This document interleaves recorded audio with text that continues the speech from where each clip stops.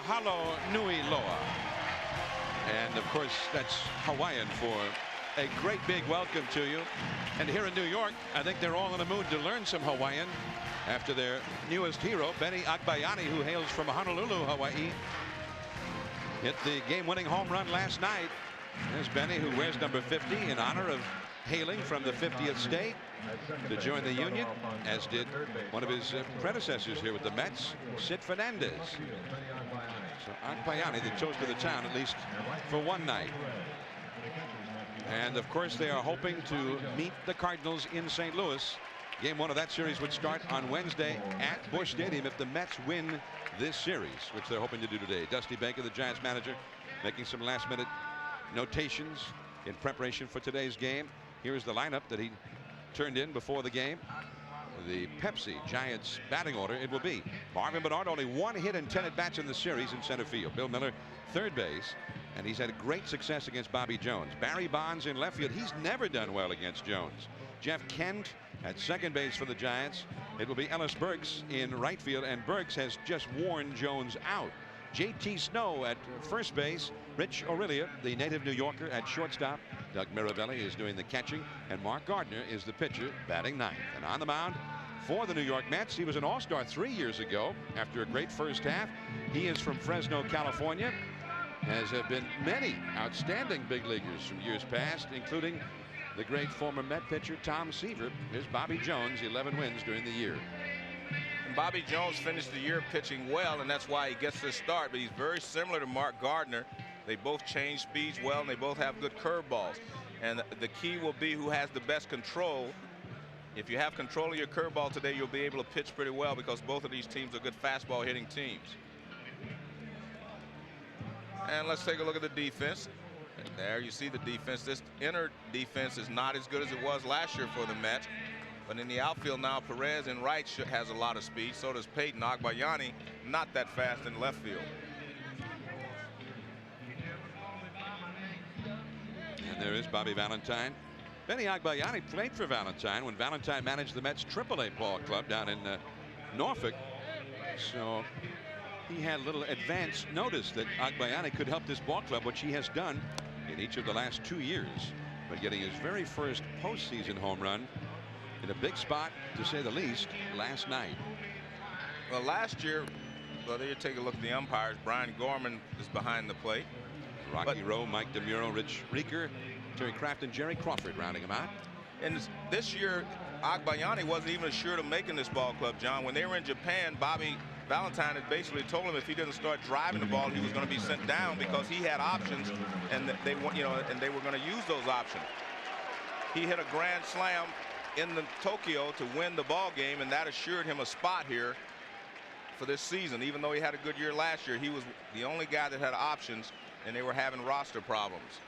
Yeah, they opened the year in Tokyo against the Chicago Cubs, the first 2 teams ever to play a big league game outside of North America. So here is Marvin Bernard, and one thing the Giants have not done well in this series is get their leadoff men on base. Bernard very aggressively going after that first pitch, and it is 0-1. Bernard only 1 hit in 10 at-bats plus 1 walk. In game 2, Calvin Murray against Al Leiter hit leadoff, and he went 1 for 4. So in the series, the Giants leadoff men have a combined on-base average of only 200.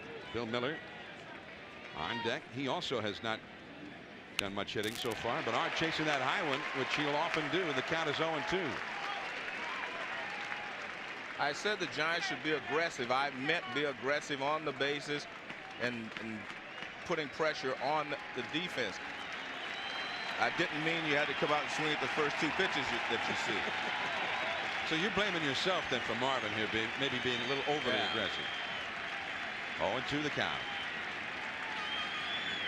And the curveball in the dirt. Now both of these pitchers today not only hail from Fresno and are very close friends. They're golfing buddies. They do workouts together in the offseason. They both went to Fresno State University, but they also possess pretty good curveballs. And another thing they have in common, they both have a foundation together called Step Up to the Plate Foundation, which does a lot of work in the Fresno area. Bernard chases another high one out into left center. Payton calling off Agbayani. One away. Now Bill Miller will come up. Miller, thus far in the series, has 5 hits in 15 at bats, although he has not walked at all. So Miller has had pretty good success with the bat. Barry Bonds on deck. Miller has 7 hits in 12 lifetime at bats against Bobby Jones, a .583 career average. And that curveball, that's a real slow curveball. Yep. And it is ball 1. Mark Gardner's curveball is a lot faster and a lot sharper than this. In fact, Jones' curveball reminds me of Juan Marichal, whom I saw before the game today. That big, high, looping curveball. 1-0 the count.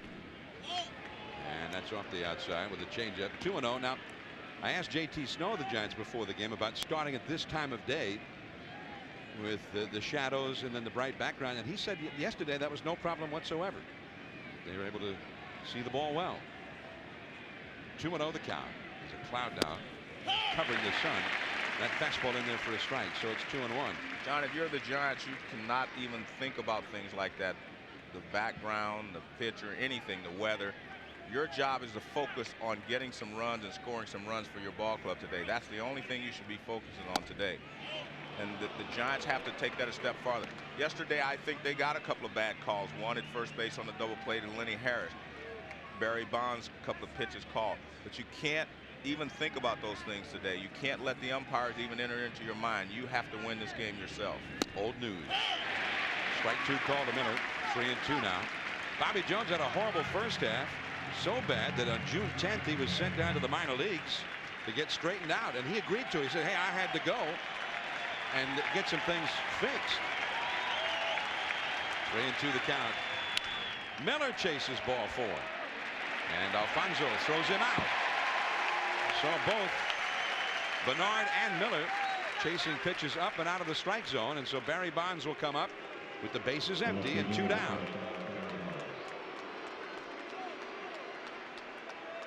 Well, so far Jones has been able to get Bernard on a high fastball, and he gets Bill Miller to swing at a high fastball as well. Miller's more excusable because he did take a couple of pitches to get deep into the count, and he probably didn't want to get called out, but you can't chase pitches. And that's off the outside for ball 1. You have to make a guy like Bobby Jones get you out. Do not help him. Bonds had hits in his first 2 at bats in game 1 on Wednesday. Only 1 hit in 11 at bats since that time. 3 for 13 overall, as you saw. He has never hit well against Bobby Jones. Only 8 hits in 37 lifetime at bats. The strike, he's working that outside edge, and it is 1 ball and 1 strike. And the 8 for 37, including 1 home run in those 37 at bats. And 37 at bats is enough that you can have a pattern. You can see a pattern between the pitcher and the batter.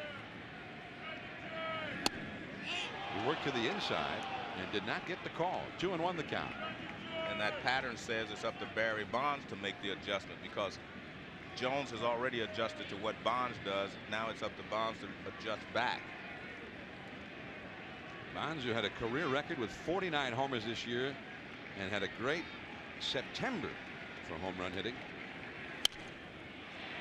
Well, he made him go into a 2-strike looking mode there on a 1-strike count, and the count now to Bonds 2-2.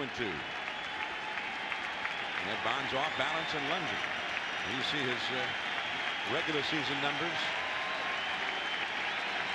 but not so far here in the postseason. Part of the problem that Barry and any superstar has when they're not hitting well is that they're aware of it because everyone reminds them every day, and sometimes you get a little timid. And Bonds chases the high one. So all 3 outs in the inning. The Giants going up out of the strike zone, swinging at bad balls. Now the Mets are coming up. Giants nothing. The Mets coming up from Shea Stadium, New York. The clouds covering up the bright sunshine that we'd had moments ago. So now it is overcast and much darker here at Shea Stadium. Here's the Pepsi Mets batting order. Timo Perez in right field. Edgardo Alfonso second base. Mike Piazza hitting third. Robin Ventura hitting fourth at third base. Benny Agbayani in the fifth position as he was last night when he was the hero. Jay Payton in center. Todd Zeile had been slumping for 3 weeks at first base. Mike Bordick at short, and Bobby Jones the pitcher batting ninth. And on the mound for the Giants is the 38-year-old veteran right-hander Mark Gardner. And they're asking Gardner to stop this losing streak and keep the Giants alive. And John, I really admire Mark Gardner for what he has accomplished under adverse conditions. And every year for the last couple of years, he'd get off to a slow start, and everyone would want him taken out of the rotation. And Dusty stuck with him, and he's been rewarded. I feel very comfortable if I'm Dusty with having Mark Gardner on the mound today. And the Giants, as a team, feel very comfortable with Gardner, who's won a lot of big games for them. Stopped a lot of losing streaks the past several years. Perez takes a called strike after showing bunt. Gardner from Clovis High School in Fresno, and his coach told him that if he ever wanted to play college ball, he better pitch. As the coach told him, you sure can't hit. And sometimes the brutal honesty works out the best for people if they're able to handle it. 0-2 the count to Perez. Well, he went to Fresno State eventually, and there was a great All-American softball pitcher at Fresno by the name of Laurie Romero, and the two pitchers met. They fell in love, and they've been married for a long time. There's a foul back out of play. Laurie, in fact, had more wins and more strikeouts at Fresno State than did Mark Gardner. But it's a well-known story in San Francisco that Laurie Gardner in September of '97 was diagnosed with liver cancer, and eventually she received a liver transplant. Curveball in there, strike three call. And just what you talked about, Joe, a much harder, sharper curve than the one thrown by Bobby Jones. Well, let's take a look at the Giants defense. The defense has played much better the second half of the season than I thought they were capable of. This is a good defense, and neither of these teams have made any errors in this series, so both teams have played the way they're supposed to play. They have just made all the plays behind their pitchers. Edgardo Alfonso now, who at this point may really be the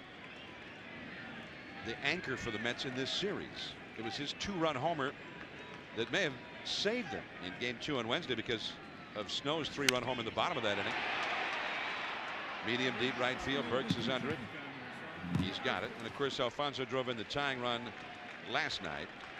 And Edgardo Alfonso always doing well in the infield, but in a series that's had these 2 real tight games, Alfonso's had 2 huge hits.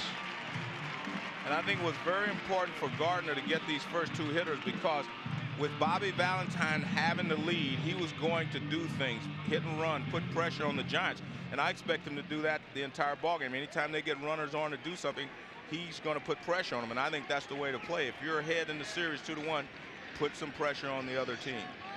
Now here is Mike Piazza, a longtime nemesis of Gardner. Outside corner for a strike. Piazza had 16 at bats with 6 hits, including 3 home runs. And he homered against Gardner the last time he faced him back in August right here at Shea Stadium. That curveball lifted foul down the right field line. We're talking about Mark Gardner's wife Laurie, who had the liver transplant, and she had another liver transplant in early June of this year, but her body seems to have so far accepted the new liver, and she is healthy enough to be here for this series. She is here at Shea Stadium today, rooting her husband Mark and the Giants along. A fastball, and Gardner would like for that one to have been called a strike. A little bit low on the outside. 1 ball, 2 strikes. That was interesting. Gardner started to lean off and walk off, and he kind of put his hand up to the umpire like saying, I'm sorry. That's a kind of a veteran move there, because he knows that he's not supposed to walk off before the umpire makes the call. 1-2 the count. And he tries the curve, misses badly with it. Mirabelli digs it out. 2 balls, 2 strikes. Piazza has had 3 hits and 11 at bats in this series, but no homers, no RBIs. And last year in the league championship series, Piazza hit 167 against the Braves, 182 in the division series last year against Arizona. So all of the things you were talking about, Joe, with Barry Bonds also reflected in Mike Piazza's postseasons. Not to make excuses, but Mike Piazza being a catcher, by the end of the season, he's always worn down a little bit. I mean, that's the nature of the position. So he's not at his best at the end of the season because it just catching takes its toll on your body over the course of the season, and he catches so many games, and he's always the focus of the other team's defense against the Mets. He's the guy that they always pitch tough to. He's the guy that they try to keep from beating them. 3-2 the count, and he walks it. So he had him at 0-2, thought he had him struck out, and still had the advantage on him. Missed with a couple of curves, and then finally missed with the fastball. So Piazza gets the walk, and the batter will be Robin Ventura. Ventura has not done much so far in this series. 1 hit in 12 at bats, and that's coming off his worst season, hitting only .232 in the regular year, but always a threat. 24 regular season home runs. There's a drop shot deep into right, and that one is gone. It hits the bottom of the scoreboard. A 2-run homer for Ventura, and the Mets are out in front.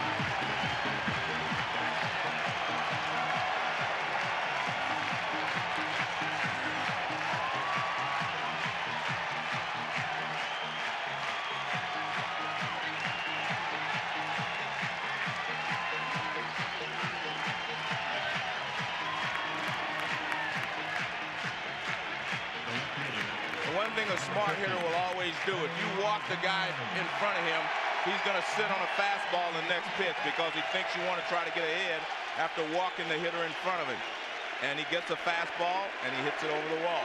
Not exactly where Mark wanted to throw it. And here is Agbayani, and the fans on their feet for Agbayani as if they weren't quite done cheering for him from last night.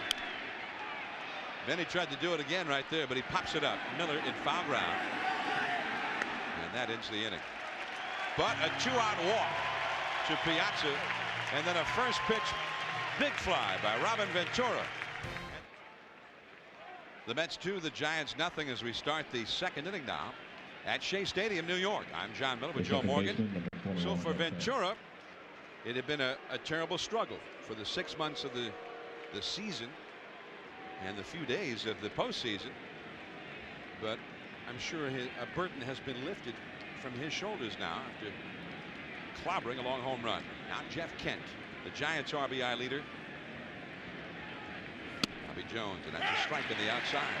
And we've always talked about, you know, Barry Bonds and how he has not hit in the postseason, but I mean Jeff Kent is in the running for the MVP award, so a lot of the pressure has to fall on him as well. He's had a few base hits, but he has not driven in any runs. The second, there is Alfonso. 1 away. Kent has 1 run batted in the series. He was hitting he was hitting well. He had 5 hits and 13 at bats. But these are the guys that have to drive in runs and produce runs for you. So Kent is gone, and now Ellis Burks. Burks, who has 4 RBIs in the series, including 3 on 1 swing of his bat in game 1. 3 for 10 all told. And Burks has worn out Bobby Jones. A .438 average against him. Fastball too high. 7 hits in 16 at bats, including a double, a triple, and 4 home runs. 4 homers in 16 at bats against Jones. And a fan brought his glove and made the catch. Nice catch. And he's pretty cool about it. Yeah, sign him up.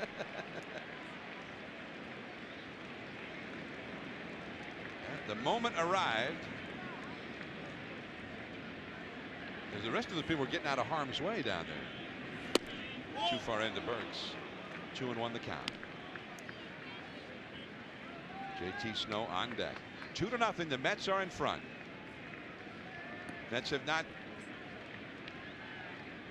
had too many leads in this series, although they jumped ahead 2-0 against the Giants in the second in San Francisco on Thursday. Inside to Burks. 3-1. JT Snow is on deck.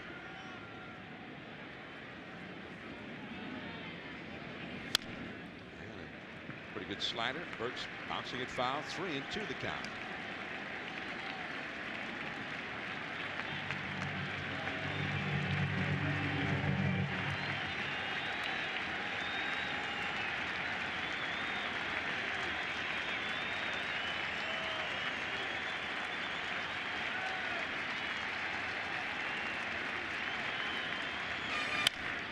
Into the hole, backhanded by Border. He got it. 5 in a row retired by Bobby Jones. Now in the first in the Mets first inning, Mike Gardner retired 2 hitters, had an 0-2 count on Mike Piazza, and almost started to head toward the dugout there, Joe. And that's the time when he apologized to the umpire because he thought it was strike 3. But he apologized because, you know, he knows he's not supposed to do that. But that was a pretty good pitch. 2-0, nobody on. Here's Snow showing bunt and taking a called strike. Jones came rushing off the mound to cover up on that third base side. Bobby Jones out of Fresno High School. He's a great pitcher at Fresno State University. An All-American there. Too high to Snow. 1 ball and 1 strike. But it's become a gray day right here at Shea Stadium. Off in the distance beyond the ballpark, we can see blue skies and scattered clouds. But right here, there is no sunshine. This is an October look for baseball. This is the way it's supposed to look in October. Yeah, it's a World Series type atmosphere. The way it was when I was growing up watching the World Series, because they were playing the World Series this time of the year. It looked like this, and it sounded like Mel Allen.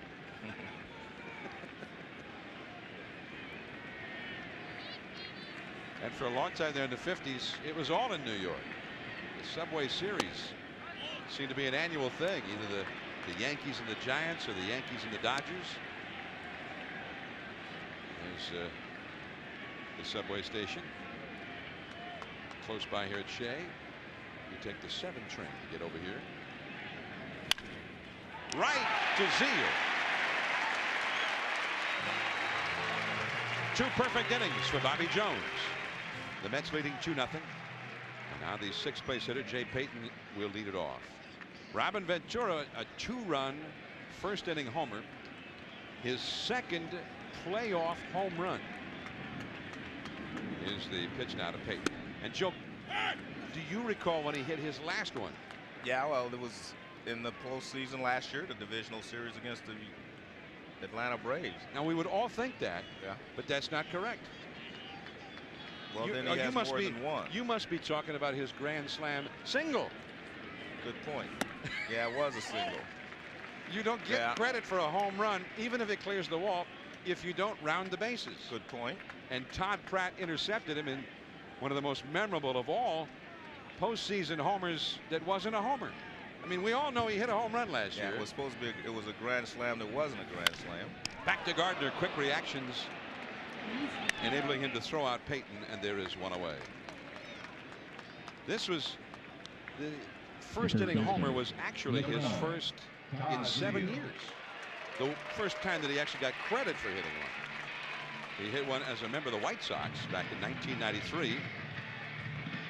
And one of his teammates that day, when he was a member of the White Sox, is the man whose head he hit the ball over today, Ellis Burks. They were both White Sox back in 1993. Here is Todd Zeile now. There's Ellis. Big chop to third. Miller to his left. And Zeile is retired. 2 men gone. And the batter will be Mike Bordick. Now, if you're the Giants and everything's riding on this day, and now you fall immediately behind, does the anxiety level go up at that point? Sometimes I think it's best that it happens right away, so that now you have to become aggressive. Now you have to make something happen, rather than go along 5 or 6 innings in a 0-0 ball game, and all of a sudden they put 2 runs up there on the board. I think it's good if you're the Giants and you're going to get behind, you get behind early, because it'll force you to have a little more anxiety and have you to be a little more focus on making sure that you get some runs back right away. There's ball 1 to Bordick. Bordick 2 hits and 9 at bats in the series. There's already a sense of urgency because you're down 2 games to 1, but this just heightens it a little bit more. But the other thing you can't do though is panic, because you have 21 outs left, and you just make good use of those 21 outs. 2-0 the count. Toward the middle. Aurelia gets it. He got a tough hop, double clutch, and still throws out Bordick. That ball tried to hop over his glove, but he reacted to it. A 7-pitch inning for Gardner. We move on to the 3rd inning. Aurelia coming up. 2-0 Mets. Mets lead the Giants 2-0 as we go to the 3rd inning. Sonny Jackson, the Giants' third base coach, wearing a mic, and here's what he said when the Giants came in the dugout. Let's go now. Let's go, Gardy. Need base runner, babe. Hunt up. Let's go now. Let's swing the bats. Hit 3 of them hard that inning. Let's go. And that's the Sonny Jackson that I know. Sonny Jackson, we came up through the minor leagues together, as you're talking about Bobby Jones and Gardner. Sonny and I started in Moultrie, Georgia together. We played all the way up through the major leagues together. And Sonny, the good point he made there was you hit 3 balls hard. That's positive reinforcement. That's more than just saying let's go, let's go. That's some reinforcement of what you did proper in the 1st inning. Rich Aurelia, the hitter, and that's ball 1 too high. We've seen the Giants hit the ball hard, as Sonny said there, a couple of times, but patience on high pitches, just laying off the high pitches and attacking the regular ones is what they're going to have to do. Aurelia looked like he tried to launch that one, but instead hits a high pop-up back in amongst the spectators. 1 ball and 1 strike. Sonny Jackson, you know, I remember that you guys came up together. I remember when you were both with Houston, both starting out, both stealing bases. I always thought Sonny was better than you in those days. I'm being honest with you, everyone did, including me. Hey, Sonny was a very good player. And I tell you what, he still has the best hands of anybody I've ever seen. No, and he is still in great. A ground ball. He's in great shape still. You trying to say I'm not? No. Oh, okay, good. I thought you were comparing me to Sonny Jackson before. But he's in great shape. Oh, okay. He looks like he can still steal a base. He probably could. Not that you couldn't. No, I can't. I it's will not answer. Related to you. No, I will answer that one for you. I can't. But Sonny had such great hands. I mean, that's the thing that I remember the most is that, I mean, ground balls, you talk about tough hops, they were easy for him. He had such soft hands, you know. No, you're in great shape, though. You also. Okay, good. Hot foul and back out of play. 2-2 the count. But they're looking at the Giants here, they're still going in from the high fastball. But I think one of the reasons they swing at Bobby Jones' high fastball because it's not real fast. And you see it, so you think that you can hit it, but it seems to be just a little bit out of their range. If a guy's throwing 95 miles an hour, you don't go up there trying to hit that pitch. But because he's not throwing that hard, they feel like they can get to it. 2-2 the count. Back out of play. But they're not getting to it. He's got movement up there, and they're fouling him back or grounding out.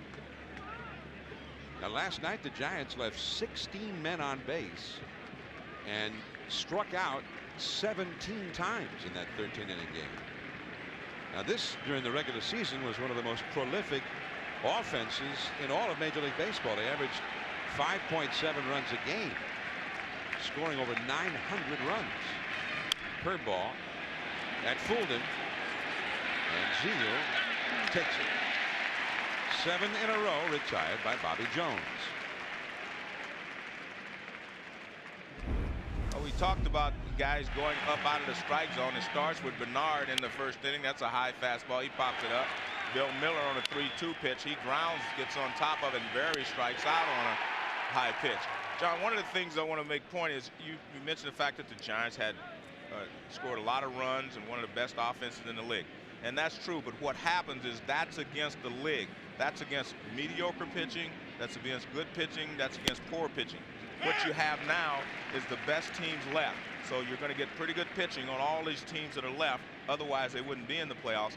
And when you face the Mets, you're getting good pitching, just like when you face the Giants, you're getting good pitching. So you do not expect to have the same offensive numbers in the postseason that you have during the regular season, because you're playing against the best teams that are left, and that usually means that they're going to hold you down a little bit. But it works both ways. The Giants are holding the Mets probably below their average too for the year. So that's the way the game is played. The Giants have actually outscored the Mets in this series 11-9, or had before this game in the first 3 games, and yet the Mets are leading the series, and they lead this game 2-0 as we play the 3rd inning. And it's a 1-ball 2-strike count to Mirabelli. 1 out, nobody on. Bobby Jones has received permission from the umpires to bring his hand to his mouth while on the mound. Strike 3 call. Mirabelli never swung the bat. 2 down. Well, let's take a look at Mike Piazza as he sets up toward the outside corner. Right there. And he did move it just a little bit, John. Watch, let's see where this is. You can see Mike Piazza move his glove just a little bit to bring it back over the plate. But I'm from the old school in that with 2 strikes, if the pitch is close, you're supposed to hack. Mark Gardner hacking. 0-1 the count. Gardner 5 hits in 43 at bats during the regular year, echoing the sentiments expressed to him so many years ago by his high school baseball coach, who told him, "You can't hit." 0-1 the count. Just off the outside. 1 ball and 1 strike. 2-0. The Mets are leading.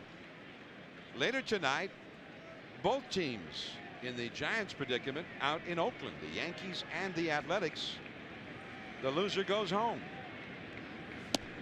At the knees for a strike. 1 ball and 2 strikes to Gardner. So Jones is 1 strike away from completing his first trip to the Giants batting order perfectly. Marvin Bernard, the only Giant to have hit a ball out of the infield so far. And the curveball. He just did. No, he's out. Well, he shouldn't be out. He tagged him with the ball in his other hand. And secondly, I'm not so sure he didn't get a piece of that. Mets 2, Giants 0. Mike Piazza back in the dugout. Well, here's the pitch. Now, Gardner thinks he fouled it. So does Mike Piazza. Too high, ball 1 to Bobby Jones. Now, here's Piazza.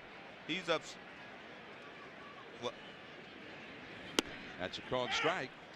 1 ball and 1 strike, the count to Jones.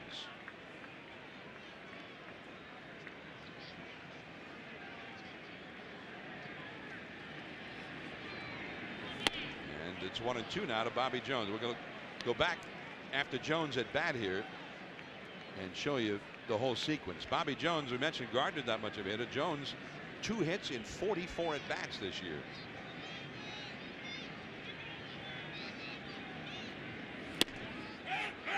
And there is 1 away. So Joe, make that point again, will you? All right, let's take a look here. Now, Mike Piazza thinks that he fouled the ball. So does Mark Gardner. See, he swings. Mark Gardner doesn't run away. Piazza hits his glove thinking, well, I didn't catch the foul tip. Now, see, Gardner's standing there waiting for another at bat. Now, he tags him, but the ball's in his other hand. He has the ball in his right hand. He tags Gardner with the glove. That was an ugly sequence right there, because both Piazza and Gardner thought he fouled it and that Piazza didn't hang on to it. Well, but the only opinion that counts is that of Brian Gorman. If Piazza did not think that he had fouled it, he would have picked that ball up out of the dirt and tagged him immediately. That's the play. And Perez pops it up. Snow and foul ground, and Perez is quickly gone. He struck out his first time.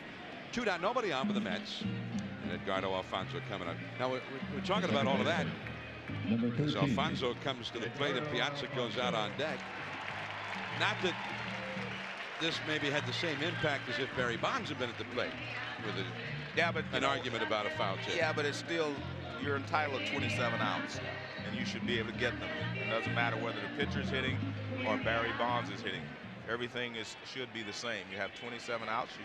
You're entitled to 27 outs. That's what the rule book says. And the breaking ball more like a slider from Gardner, and it's 0-1 to Alfonso. Alfonso only 1 hit in his career against Gardner, but it was a home run in this ballpark back in August. 1 hit in 13 career at bats against Gardner. Barry Bonds right on the edge of the sun. And is Bernard out in center field. Curveball low and outside. 1 ball, 2 strikes.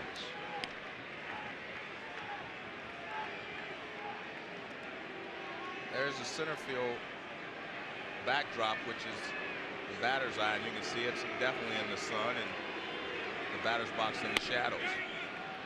He swung at it. Strike 3. The plate umpire Gorman himself making the call.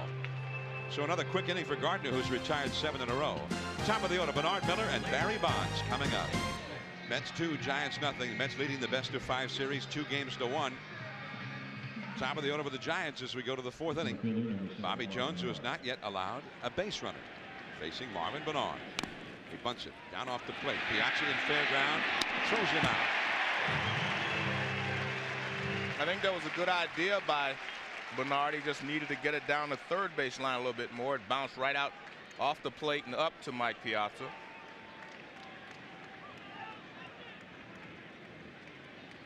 Now he squares around. Piazza still doesn't come out, but the ball bounces right off the plate and up to Piazza. If it bounces and hits the ground, he probably would have been safe, but it bounced right off the home plate. Piazza took it and threw him out. But again, I think it was a good idea. You have to try to make something happen. Now Bill Miller. Miller grounded to second his first time. That's ball 1. 10 in a row retired by Bobby Jones. Giants have been trying to get something going these last 2 days at Shea without much success. Only 2 runs in 13 innings last night. A strike on the outside with a changeup. 1 ball and 1 strike to Bill Miller. Giants looking for any edge they can get, any added help they can get, including the psychic variety. High and tight to Miller. 2-1 the count, including some of their past greats. And some are here today. Barry Bonds, who grew up a Giant. His dad, Bobby Bonds, was a Giant star with Willie Mays. Willie Mays is his godfather. Slider too low. 3-1 now to Miller. And some Giant greats from the Willie Mays era also in attendance today, trying to lend their support to the Giants cause, including Orlando Cepeda and Juan Marichal. 3-2. There's the baby bull with the hat and wearing the sunglasses, the Dominican dandy they used to call him, Juan Marichal, one of the great pitchers in the game. Back onto the screen. 3 balls, 2 strikes. Well, Bill Miller has been able to take Bobby Jones to 3-ball, 2-strike count, both at bats, and he fouled it off. I mean, his approach is good. He's trying to get on base in front of Barry Bonds and Jeff Kent. Miller grounded out to second his first time. Only 1 hit in the game, but it was a 2-run homer by Ventura. Zeale's got it. He'll take it himself. Out number 2. And now Bonds again with the bases empty and 2 down. Well, this is Barry's first at bat. First pitch fastball. Second pitch fastball for a strike over the outside corner. Fastball up and in. I don't know what this pitch was, but Barry swung at it like it was 2 strikes. Then he chased the high fastball out of the strike zone. He made Bonds go defensive with 1 strike rather than normally when you do that with 2 strikes. Slider too low. 1 ball, no strikes to Barry Bonds. But Barry, like all hitters who are struggling and hear about it from the media, it's always in the back of their mind. You always try to do maybe a little more than you should. Changed up, and I'm wondering if that was the pitch that he made him look bad on with 1 strike the first time, Joe. Well, that swing right there is, he was just completely fooled. He's way out in front. Look at it, he doesn't even rotate his hips. He's just way out in front. I mean, he was completely fooled, so that's okay. He's lucky he didn't hit the ball. 1 ball, 1 strike, the count to Bonds. Inside with a fastball. 2-1 the count. When you make a bad swing, you just hope that you do not hit it unless you have 2 strikes and you want to foul it off. But you do not want to put the ball in play with your secondary swing. The outfield deep and around toward right. The infield swung way around toward first. Got the call there in the borderline pitch, and Bonds is not happy about it. 2-2 the count. Well, Bobby Jones is moving the ball in and out and up and down on Barry.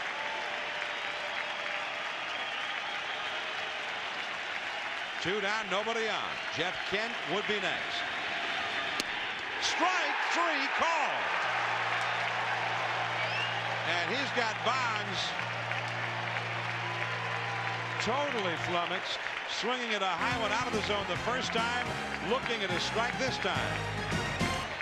Shea Stadium, New York, Mets 2, Giants nothing. Last of the fourth inning now. For those of you expecting to see the senior PGA golf, it's being shown right now over on ESPN 2.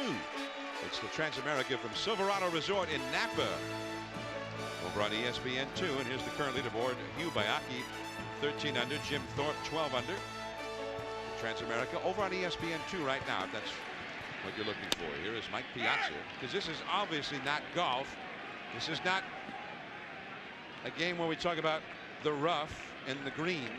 We're talking hardball. Mike Piazza with a quick 0-2 count now as he faces Gardner. He walked his first time, but first fell behind in the count 0-2, and then looked at a pitch that on another day might have well been called strike three. Instead called the ball. Gardner ended up walking him, and on the next pitch Robin Ventura hit a 2-run homer. That's the only hit of the game. Gardner's actually throwing really well. He's throwing, in my opinion, you know, about as well as he can. He just made that one mistake, and I don't know if it was a mistake. What happened, you have to give Robin Ventura a lot of credit. He walked Piazza and he just sit on the fastball. He got the fastball and he hit it out of the ballpark. He could have popped it up. He could have fouled it back. So not necessarily a bad pitch. Just Piazza, Ventura took advantage of it. High in the air in the right center field. Playable. Near the warning track for Burks. One gone. Robin Ventura. He's the man so far, and here's what he did back in the first. Well, if you're going to be critical, the ball is pretty much in the middle of the plate, belt high, but it looked like it was moving away a little bit. But Ventura hit it out of the ballpark. And Ventura has not been healthy the entire year. He had off-season surgery on his left shoulder, and he's actually struggled to have the type of season that he had last year. So that's part of the problem with Ventura, but he should be okay next year. He's been getting stronger. Well, he got that first pitch fastball. This time a first pitch curveball from Gardner, but he took it for ball one. Now ball two, too low. Benny Agbayani is on deck. There's Benny.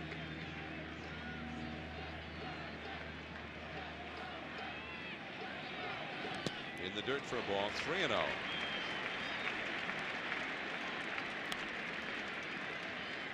Benny Agbayani, the Hawaiian Hammer, on deck. Well, you have to watch this pitch because it's 3-0, and I'm guarantee you Ventura has a green light. So make sure you have to make a good pitch. And it's ball four. So that will bring up the smoking Samoan, Benny Agbayani. Here's last night. Well, he got up on a high fastball from Aaron Foltz.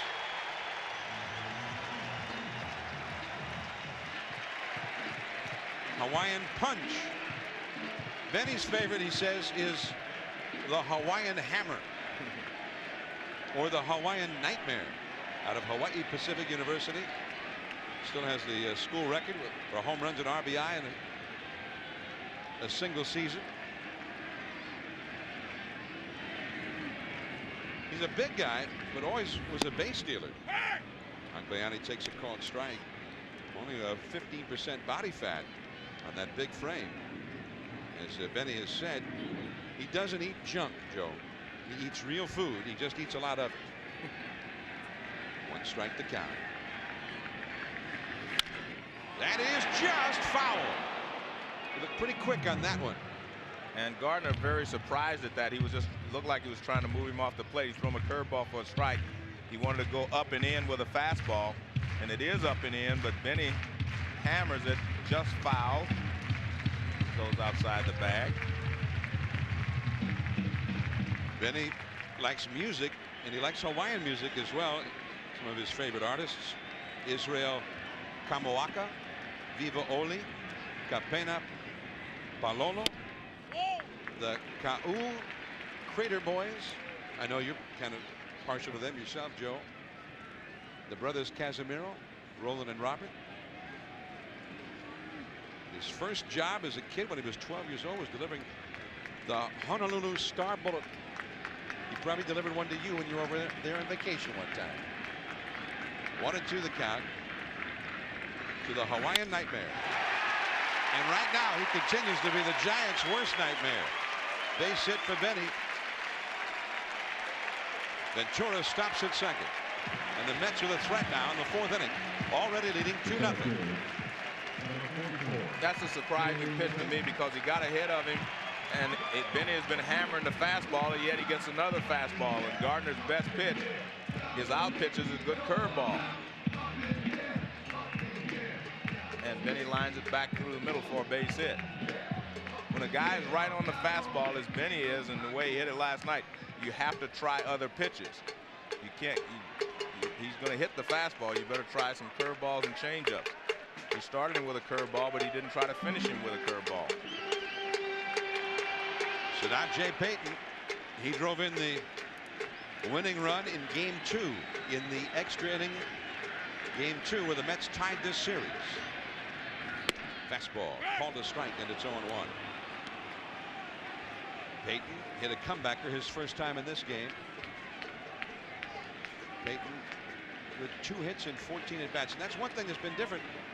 Guys like Agbayani and Payton have come to the fore for the Mets. Timo Perez. Yeah.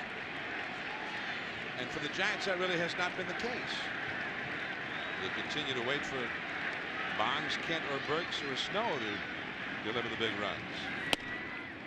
1 ball and 1 strike. And the Mets, I mean, these tight postseason games the last 2 years, that's been the Mets stock in trade. Starting with Game 4 last year in the NLCS against the Braves. The Mets won 3-2. John Olerud brought them from behind with a 2-run single in the last of the 8th inning in this ballpark. Then that epic 15-inning game that he swing. Yes. The plate umpire Gorman made the call himself. Robert Ventura in that 15-inning game hit what we thought was a grand slam. Instead it proved to be a single.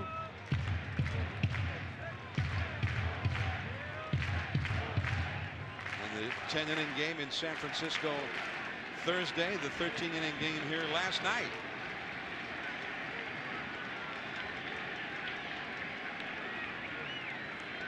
One and 2. Curveball, he just got a piece of it. That's a nasty curveball, and that's the one I expected him to throw to Agbayani, and he didn't throw it. And Payton lucky to get a piece of that. This curveball starts in the strike zone and then just dives out. And it's diving, but he's lucky enough to get a piece of it, so he stays alive.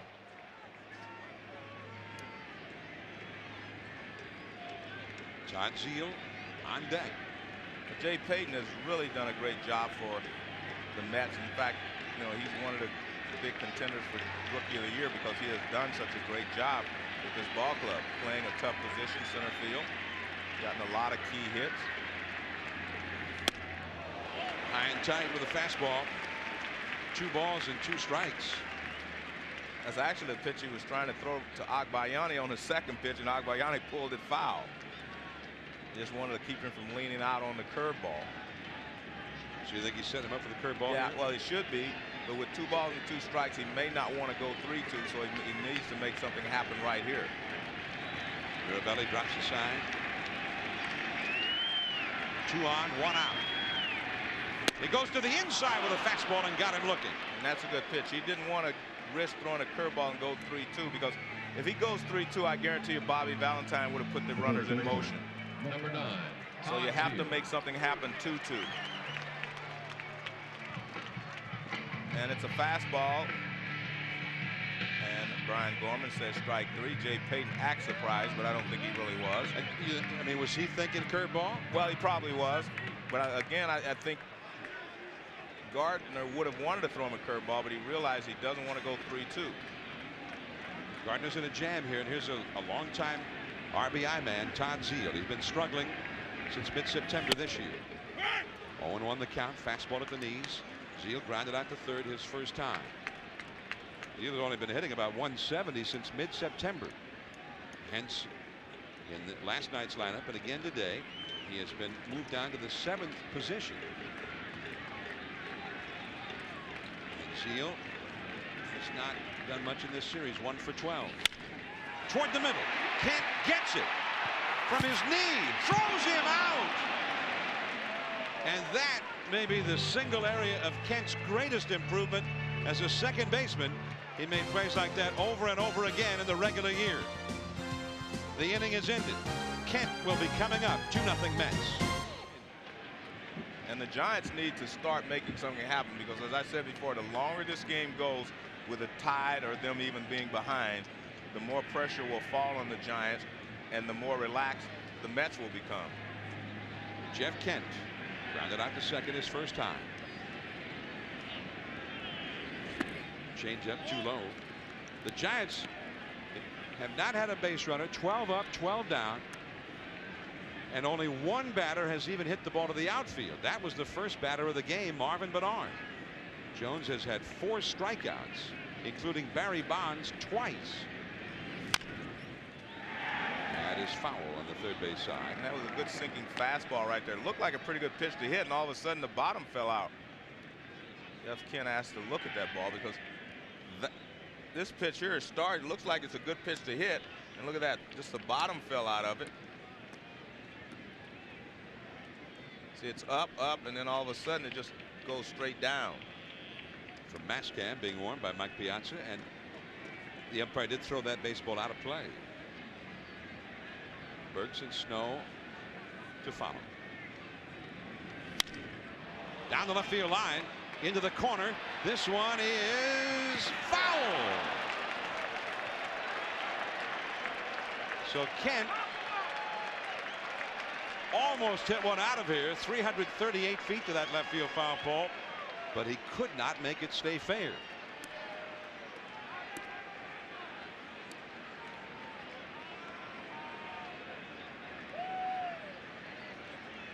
Well, actually, it's about 4 or 5 feet foul once it hits the pole.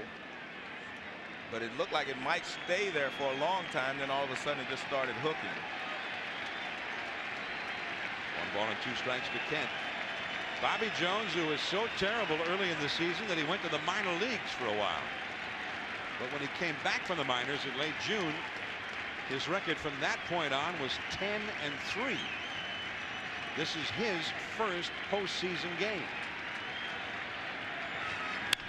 Kent over the head of Ventura, down the line. An extra base hit coming up for Kent. Biani finally digs it out of the corner, and Kent at the big turn at second puts the brakes on and holds, and that is the Giants' first hit of this game. And that's really good hitting there by Jeff Kent. Once he hits the ball foul, he doesn't look for a fastball, but he comes back with another fastball inside, and Kent is able to hammer it.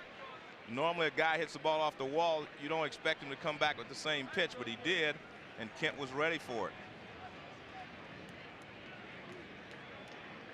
Kent with his first extra base hit of the series, although he is now 6 for 15 overall against his old team. Used to be with the Mets. Here is Ellis Burks. He grounded a short his first time. And this is a situation where I'm sure Dusty has talked to Ellis and the other players over the course of the season to decide whether this is the kind of situation he wants them to take a shot to right field or not.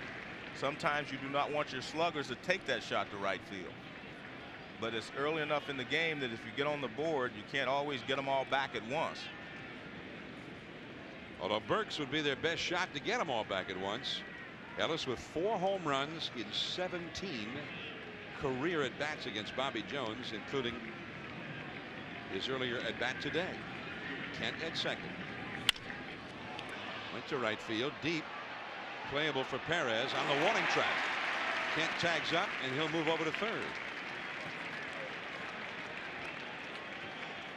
Most managers will say, I don't want my big guys taking a shot to right field, or doing that next chase. But Ellis Burks hits the ball right center to left center anyway. So it's okay for him to take a shot. He almost took a big shot, but Now at least you have a runner at third, and if JT Snow can put the ball in play without, you know, on the ground or in the air to right in the outfield, you get back in this ball game. So this is important for them to get this run. Well, home. it's important because then you become within one swing of tying the game all the time. You do not have to have anyone on base. Makes it a little tougher to pitch. The middle infielders are deep. Slider inside to Snow. Snow had the hardest hit ball through the first 4 innings for the Giants. I mean, probably the only hard hit ball in the first 4 innings, and it was a line shot right to Todd Zeile at first.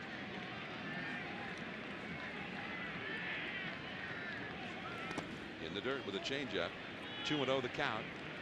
And my point is, you see Bobby Jones pitching a little differently now. He's trying to throw the ball down and make sure that that JT Snow does not hit the ball in the air and get the runner home. He's trying to make him hit the ball on the ground, preferably back to himself. But at least you put him under a little pressure when you get the runner at third base. The Mets would be willing to give up a run here. They don't have the infield playing in with a 2-run lead. We're in the 5th. Now it is 3-0 to JT. Rich Aurelia, a right-handed hitter, is on deck, but one with power. And Sonny Jackson relaying the sign to JT. JT wants to hit because anytime you want to hit, you step out and let the manager know you want to hit, and you look down real hard at the third base coach.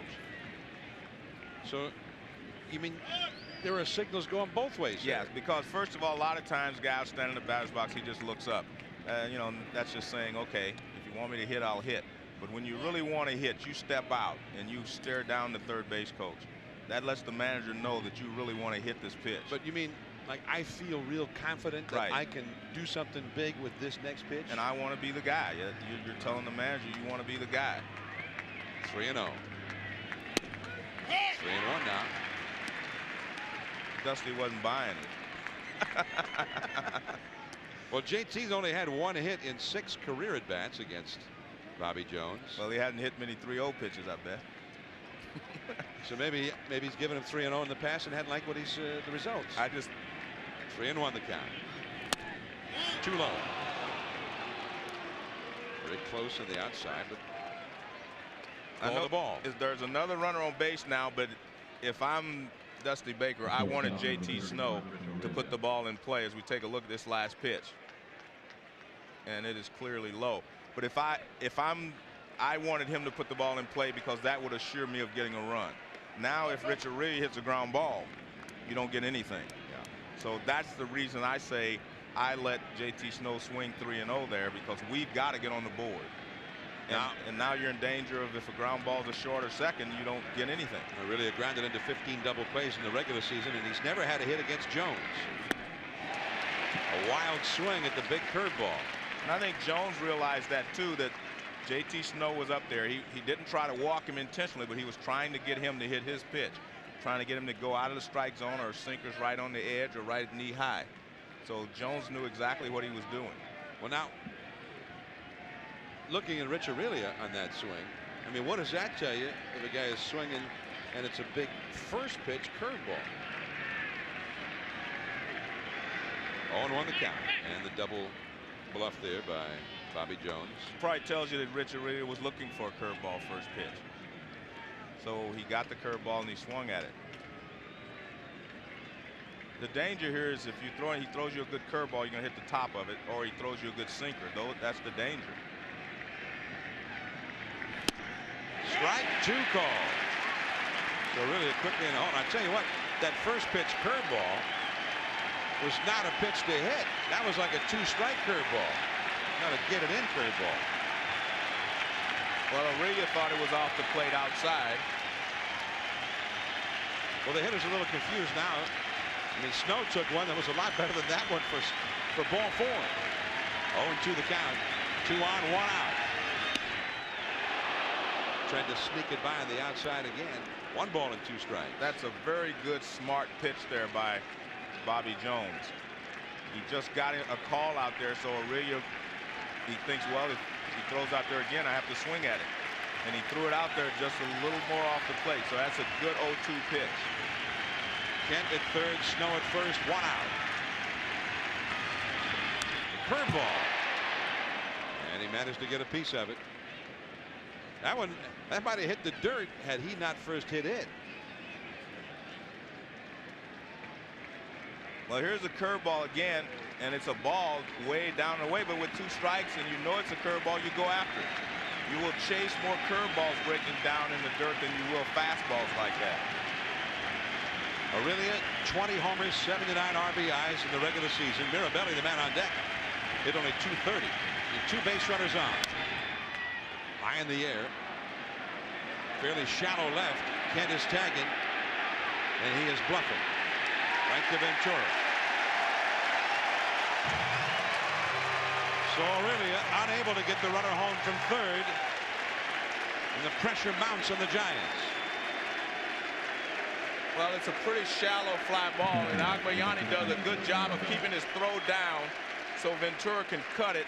That keeps JT Snow from taking advantage of it and going to third base. Now it looks a little better if JT would have swung at that 3-0 pitch, doesn't it? Yeah. Well, even the 3-1 pitch just hit the ground ball. I mean, he took the walk ball in play. He took the walk at 3-1, and he swung at it. The most likely result would have been a ground ball. Because that pitch was down. Now Mirabelli, but now they need a hit. 1 ball to no strikes. So tactically, Jones was not really overly worried about walking Snow. Well, because he got 2 right-handed hitters to follow him who've never hit him. Well, he was trying to just make perfect pitches, and if JT swung at him or took him, whatever happened, he was comfortable with that. 2 on, 2 out. 2-0. Mirabelli, who often catches when Gardner pitches. Estalella, the Giants' other catcher, always pitches when Livan Hernandez pitches. Livan would go tomorrow if this series moves back to San Francisco. But right now the Mets lead this game 2-0 in the 5th. The Giants are their first opportunity to score of the day. Their only scoring opportunity.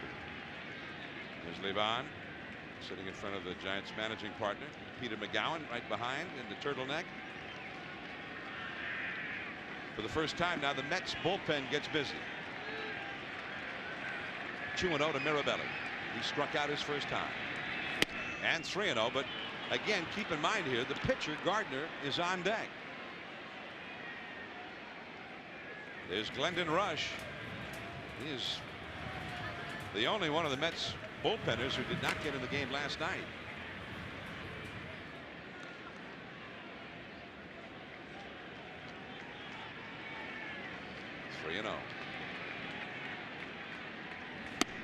And now 3-1.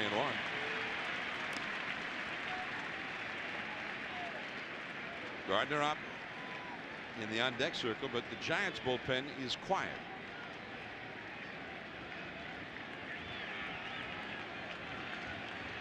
So Dusty Baker, I'm sure, would like to see Mirabelli knock in a run here. And he walks. But again, it's a walk that you would figure Jones was not overly worried about giving up. With Gardner coming up. Well, you never want to walk the bases loaded, but you're right. He wasn't going to give in to Mirabelli once he missed with the first couple of pitches. He wasn't going to throw him a fastball down the middle that he could hit. Although he threw a 3-0 fastball for a strike. And my contention is still that I'd rather have one of those guys swinging the bat 3-0 than having Mark Gardner swinging with the bases loaded. And that's what we've come to in this inning now. So can't let off the inning with a double. Now there to score, it's Gardner himself who will have to do it. And Jones comes right after him after we saw all those pitches right on the outside, right off the outside. And he comes right after Gardner, right down the middle. And he's ahead of him 0-1. Gardner struck out swinging his first time. I think it's too early in the ball game for Dusty to pinch hit for Gardner because his bullpen is already depleted from last night's 13-inning ball game. You don't want to go to the bullpen this early. Although I think, if his bullpen was okay, you might see a pinch hitter here for Gardner instead of letting him hit. But because of the fact that they used so many pitchers last night and he wants it's just depleted. You do not want to go to the bullpen early. But the Mets are in a similar situation. High in the air. Alfonso in shallow right. And the Giants have left them loaded. Shea Stadium in New York, New York. And the New York Mets trying to advance to a date with the St. Louis Cardinals at Busch Stadium on Wednesday. And they lead the game 2-0. A 2-run first inning homer by Robin Ventura. Mark Gardner back to work now. Trying to hold the line here. The Giants had a great chance to score there. At least one run. That's what you want. That's all you need right there. Their only chance to score, but they let it go by. And although it was Aurelia who was unable to get Kent home from third with his fly ball, as Joe's been pointing out, it was also Snow who walked who didn't get him home. Aurelia hurries and gets it. One away. Alvaro Martinez standing by downstairs. Yes, John, we're joined by Laurie Gardner. Laurie, it's his first postseason appearance today. How was he this morning? How does he usually take a pressure situation like this? No, he usually stays about the same. He's pretty even keel. And we had a really good breakfast, and he was calm and cool. So we had a good morning. Now, you're also very close with the Joneses. You've had him over for dinner. You're very close to them. And you both played at Fresno State. You played softball. He pitched. Bobby pitched. How is it today? I mean, do you have any mixed emotions today? You know what? When they play against each other, they just want to do well for their team. So I'm sure it's the same with Bobby. We have the same friends at home in Fresno, and I know they're all watching right now, and just want them to do their best, and hopefully the Giants win. Well, thank you very much. She's a very competitive player. She went to the College World Series twice in '84 and '87 as a pitcher for Fresno State. Gentlemen. And Laurie, an All-American softball pitcher, Fresno State, who again had more wins and strikeouts than her husband Mark did when he pitched on the baseball team there. And of course, she's had 2 liver transplants, February of '98, and then required and received another one in early June of this year. And seems like she's doing pretty well, all things considered.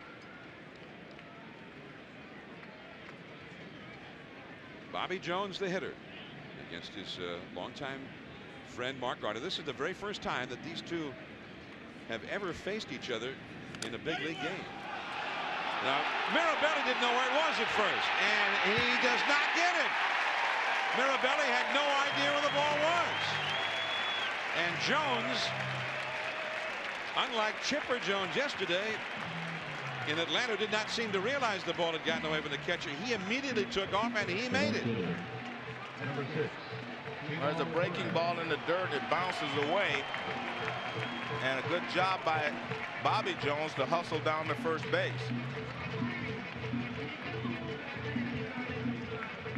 So the strikeout and the wild pitch.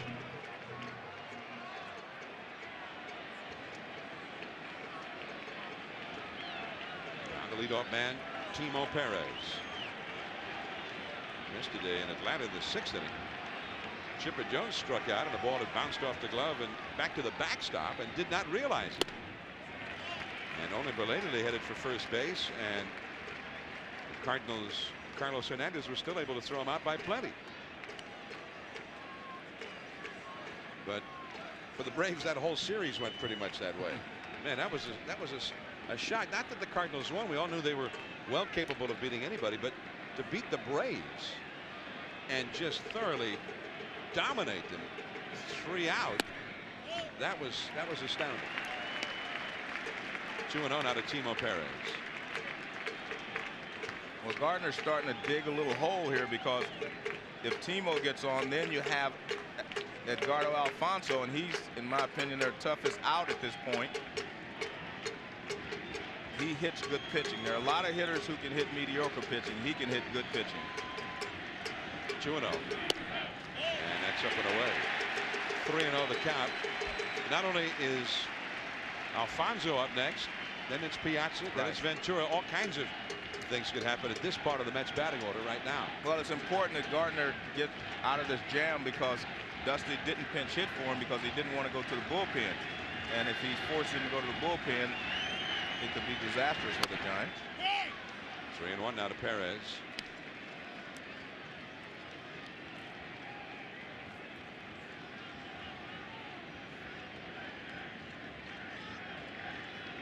Mark Gardner in his first playoff series game, although he pitched the one-game playoff against the Cubs 2 years ago. Got the call on that one. He bluffed the bunt, but you know, he kind of flexed his knees when he did, and I wonder if that might have worked against him. Pitchers are used to throwing to guys standing still in the batter's box, so you see what Timo Perez does. He wants to move around, so he's a moving target, and that may have hurt him on the pitch call.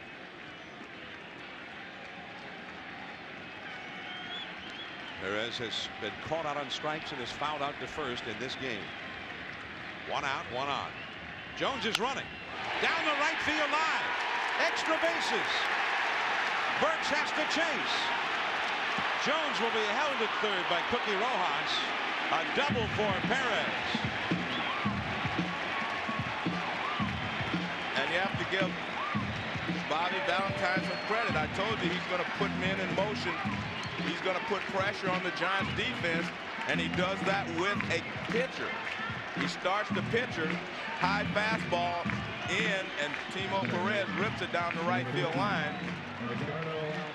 And you see Bobby Jones is running. The Giants are pretty lucky here that the soft outfield allowed Burt to get over and hold Bobby Jones at third base. And the Giants are going to have to play the infield in. And this is a tough position to bring it in with a guy like Alfonso at the plate. Alfonso is flying to right and struck out.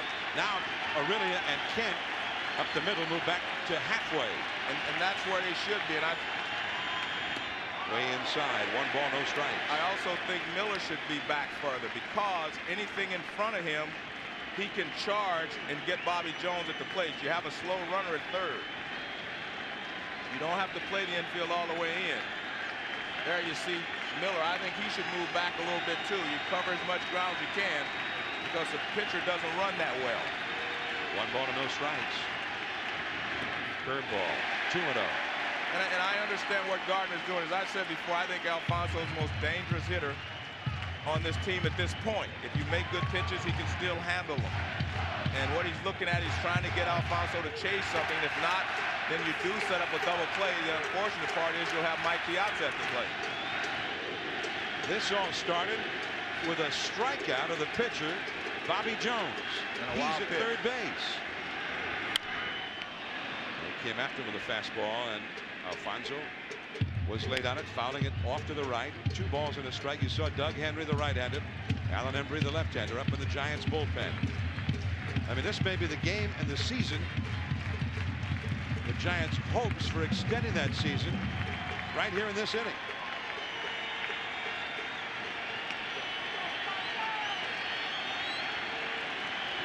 Two and 1 to Alfonso. 1 hit in 14 at-bats lifetime against Gardner. And the curveball foul and out of play again. Piazza, the man on deck, has had great success against Gardner in the past.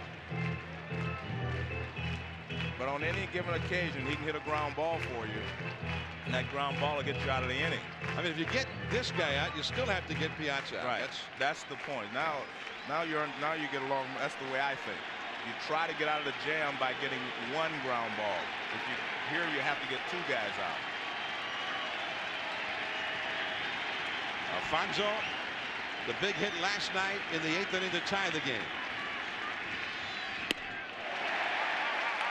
I think that's a smart pitch right there from Gardner.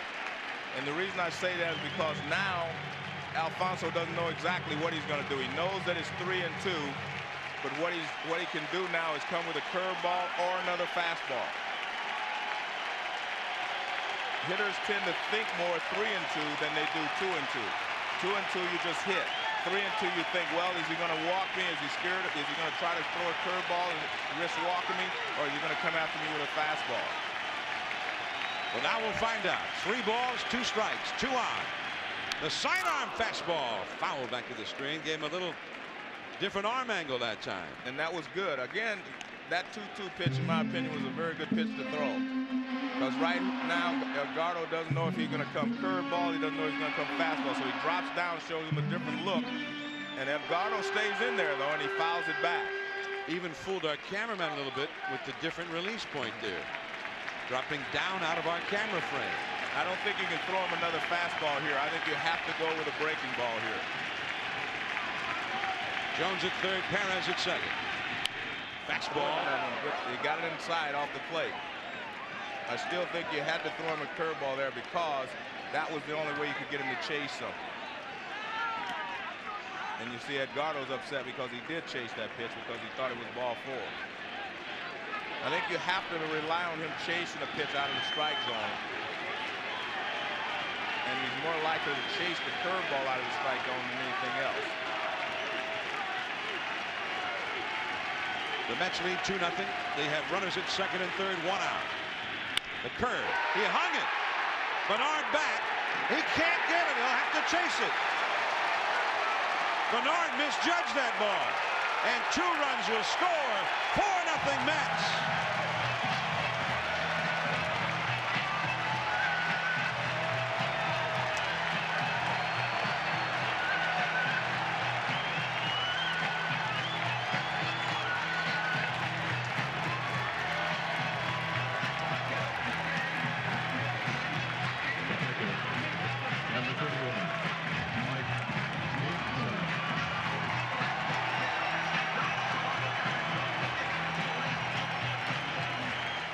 Never want to see Edgardo Alfonso up there if I'm the opposing player, a manager. This guy is, I mean, we said it all the time, he's just a good hitter. He is just hard to fool. I think you had to throw him a curveball down and away, out of the strike zone. If he chased it, okay. If you walk him now, you try to get Piazza to hit into a double play. But this guy is just too good a hitter. I mean, he can handle any pitch. I mean, he can handle a pitch down and away, he can handle a pitch up and in. I have not seen an area of the plate that he doesn't handle well. He continues to deliver big hits in this series. And you definitely can't make a mistake and hang a pitch on him, and he did that. You see Gardner's mad because he hung it. They had the right idea. It was supposed to be a breaking ball down and away. But I just can't, again, it's just my opinion. I just can't have Edgardo Alfonso beat me every day.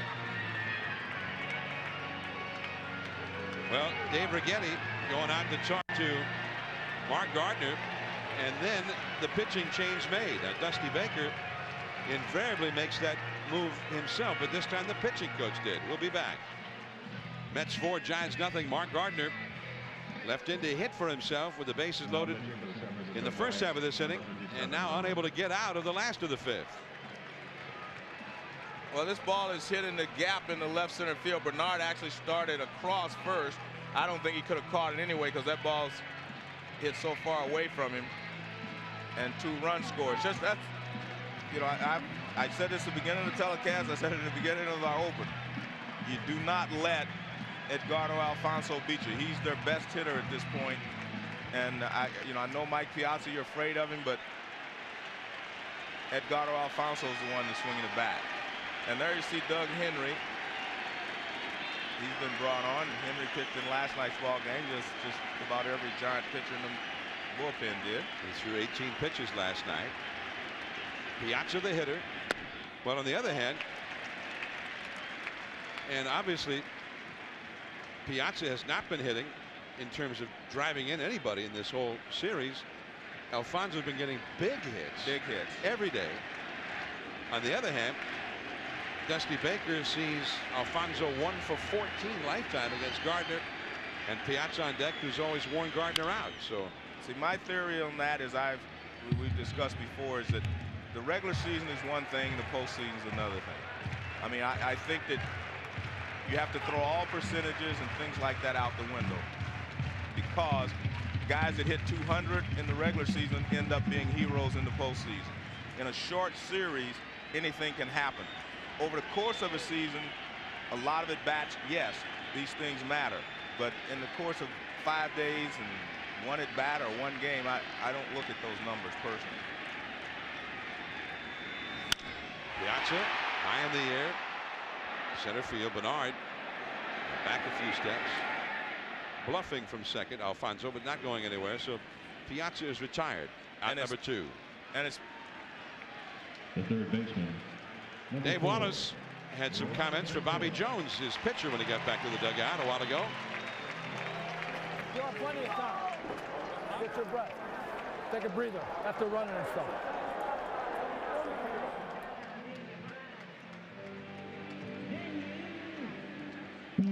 John, you mentioned Piazza, somebody 1 for 14. As my theory is that 14 at bats is really not enough to gauge anything. But I don't know. Look, I think you have to do a lot of things differently in the postseason than you do the regular season. Yeah. Anybody that tells you that the game is the same in the postseason as it is in the regular season, they've really never won anything. And I'm not disagreeing with you. No, but what I'm saying is, I'm saying that I believe, because what you're saying makes so much sense. The question is, well, why did he pitch to Alfonso? I'm giving those numbers saying, yeah, well, here may be the reason. No, and that is a good reason, because a lot of people believe in those numbers, and that's good. I just have seen too much of Gardner Alfonso myself, I guess, over the last few years. In the postseason last year against the Braves and playing, big time baseball this year. So I'm just a fan of his. I think he's a really good player.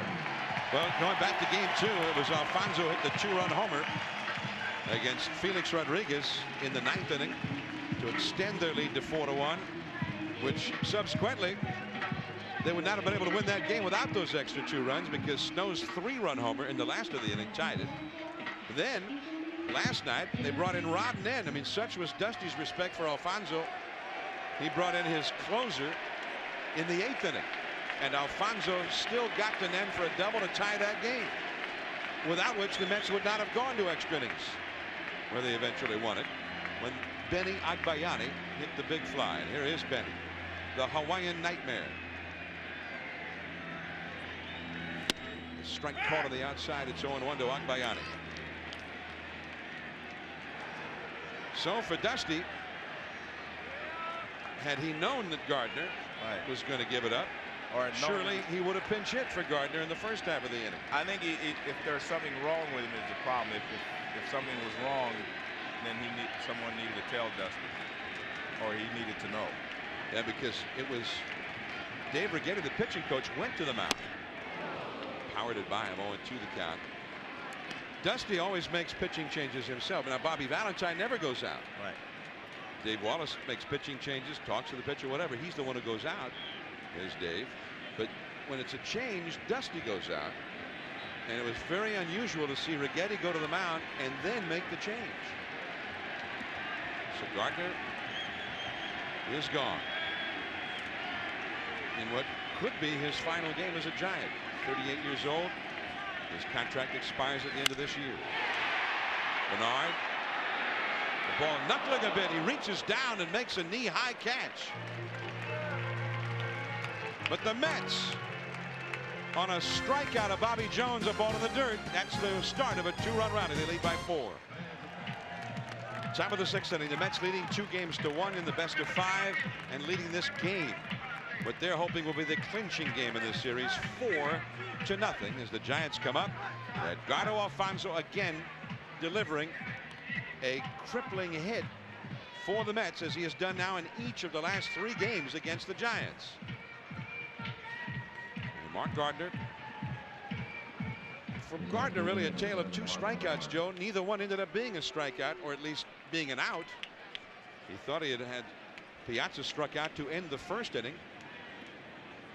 Did not get the call. That ended up being a walk in front of Ventura's 2-run homer. Then he had Jones struck out on a ball in the dirt. Got away from Mirabelli. He didn't know where it was, and Jones ended up reaching. And that was the beginning of another 2-run Mets rally, culminating in the 2-run double on a hanging curveball to Edgardo Alfonso.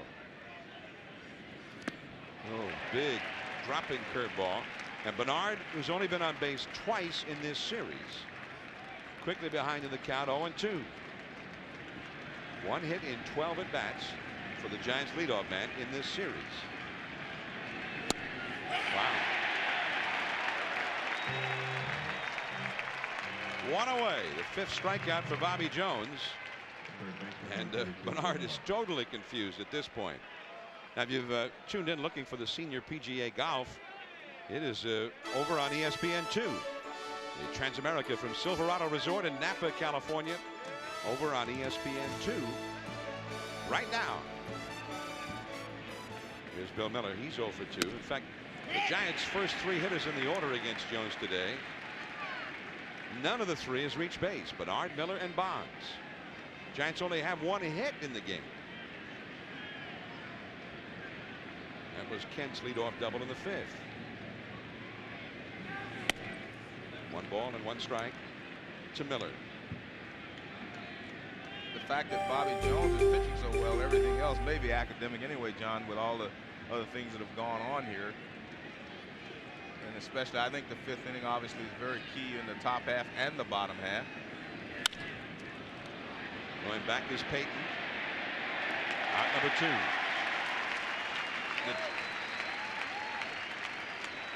Well, this was the 2-2 pitch to Alfonso Joe in that 5th inning at bat. The high fastball, but not the fastball so much here, but what Gardner's reaction afterward.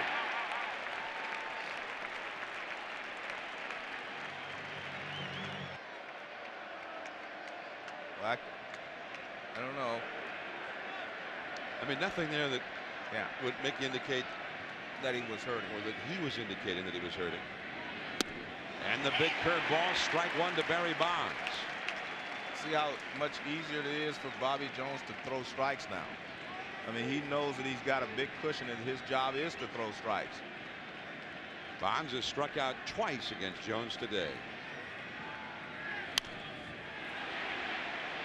One heading back into the seats. And about 3 or 4 rows back. The Mets bullpen is busy just in case. Turk Wendell, a right-hander, getting ready. John, the failure of the Giants to get the run home in the top half of the 5th inning, I think, really was the key point in this ball game. It changed the whole game around.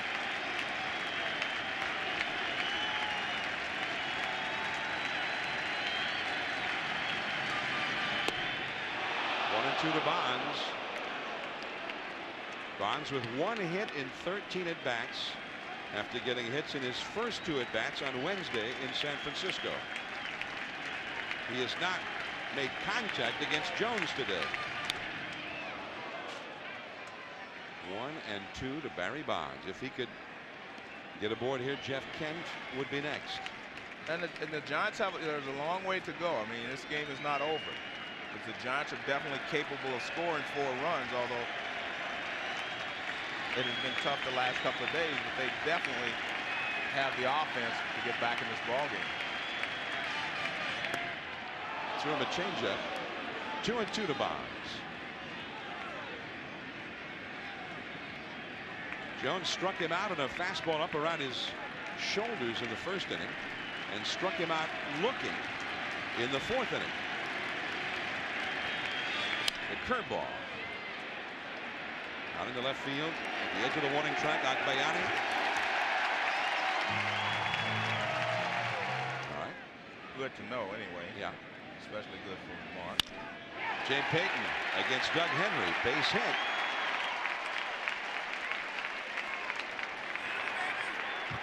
Now, Joe, you were talking about the Giants not getting that run in the 5th inning. J.T. Snow was up with 1 out. Kent at 3rd. The infield was back. A ground ball could have scored a run. And here's a 3-0 pitch. I thought he would be hitting 3-0. He took it. Here's a 3-1 pitch. Not bad pitches, but Snow took the walk and the Giants did not score a run. I think in that situation, if you hit a ground ball, just put the ball in play, it's a 2-1 ball game, and there's a big difference in the way that things go after that, once you get back in the ball game. Now Zeile, the hitter, he has grounded out to 3rd. And then Kent made a brilliant play to get him with 2 men on and 2 men out in the 4th inning. Payton, who has a pretty good speed over at first base, although not much success as a base stealer. 5 steals and thrown out 11 times in the season. Snow on the bag with him.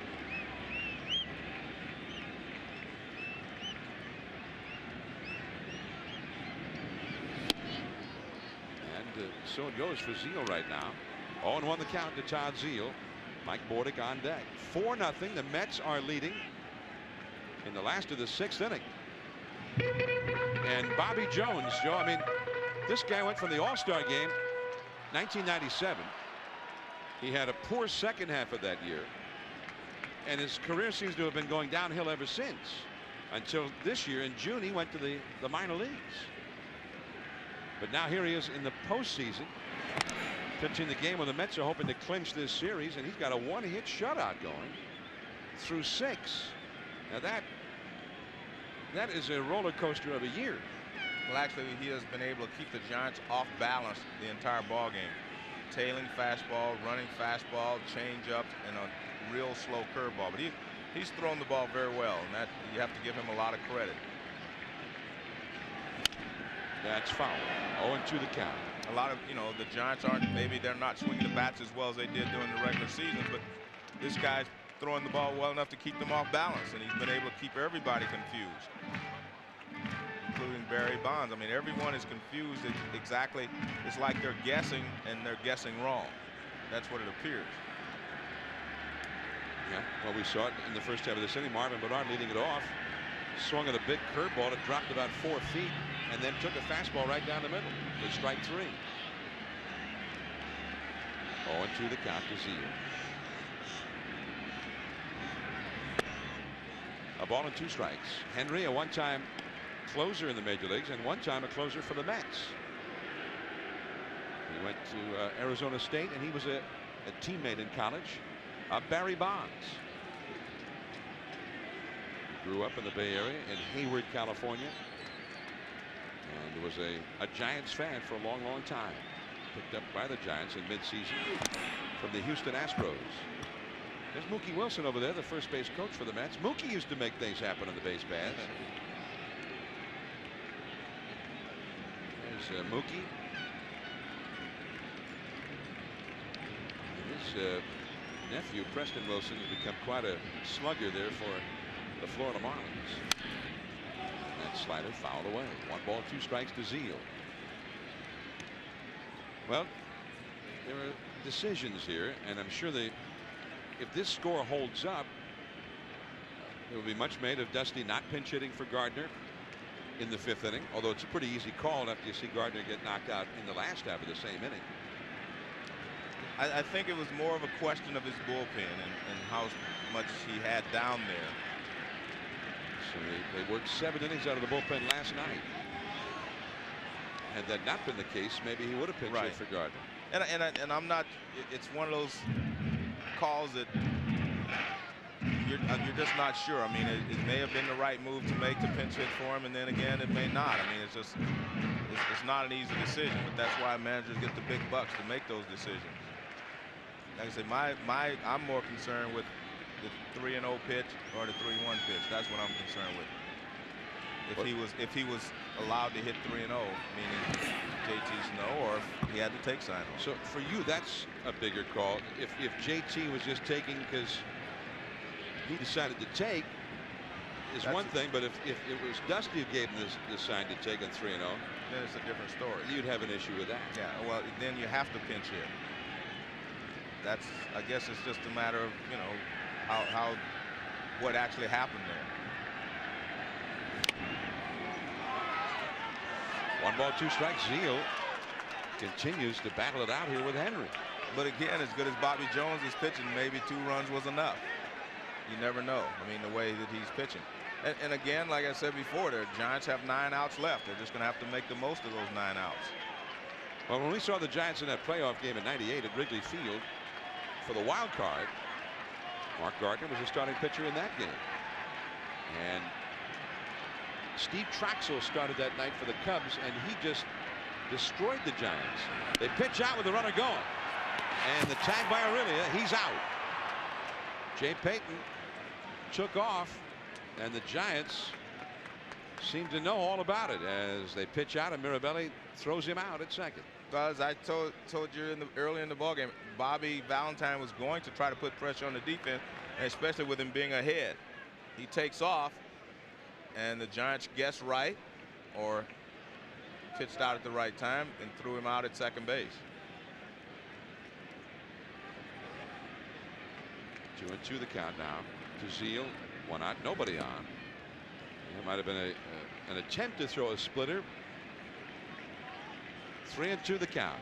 That was obviously not a hit and run with Zeile up in 2 strikes, but I mean, I guess he would have swung if, you know, if it had been a strike, it would have turned into a hit and run. If you're Bobby Valentine, do you think that the Giants stole one of your signs right there?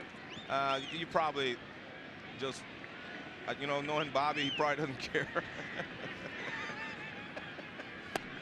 And the slider. Zeile ends up getting a walk. Seemed like he was up there for about 20 minutes. Quite an at-bat by Zeile. And there's the look near sunset at Manhattan.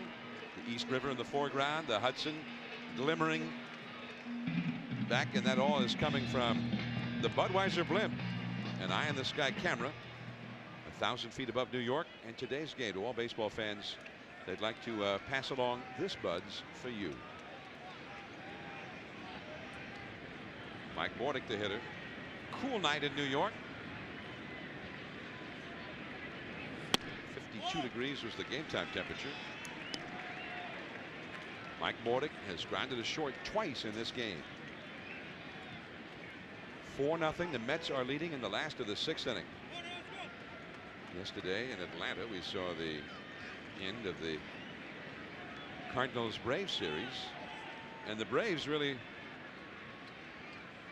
went rather quietly, and for the first time in recent memory, the Braves are not going to the League Championship Series. There's 4 RBIs for the Mets in this game, shoulder to shoulder. Alfonso a 2-run double in the 5th. Ventura a 2-run homer in the 1st. Zeile is back. Now Zeile is not quite as likely to run as was Peyton. He doesn't have Peyton's speed. But they might put a hit and run on instead of just instead of a straight steal. Well, Bordick's a pretty good hit and run man. Right. 1 ball, no strikes. But if they put on the hit and run sign and the Giants know about it, you don't think Bobby cares either. You don't think Bobby cares if they know that sign. I think the Giants just guess right in the other situation. I think it's very difficult to get another team signs in this day and age because they're so conscious of it. Because Bobby may not even be giving the signs. It could be one of his coaches on the bench relaying the sign to the third base coach. Well, maybe they've stolen that guy's signs. You know what happens a lot of times, you have a couple of guys sitting on the bench in the first 2 innings. One guy will give the signs, the second 2 another person will give the sign, and so forth and so on. That way it's very difficult to find out who is actually relaying the sign to the third base coach. But now they could also steal him from the third base coach, right? Correct. Cookie Rojas, the Mets third base coach. Did he swing? No. First base umpire Rocky Rowe ruling in favor of Bordick. Well, now we got the running count, 2-1. There's Cookie. He was a pretty good middle infielder. He's a very good middle infielder. Good hit and run man. Used to play second for the Phillies, and his shortstop was Bobby Weiner. That was a pretty good double play combination. 2-1 to Bordick. We'll keep an eye on Zeile, who might be running. He's not running, and that's a foul out of play. 2 balls, 2 strikes to count to Mike Bordick.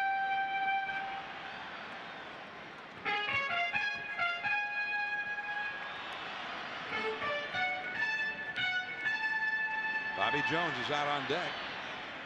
This the 44th anniversary of Don Larson pitching the perfect game in the 1956 World Series here in New York over at Yankee Stadium.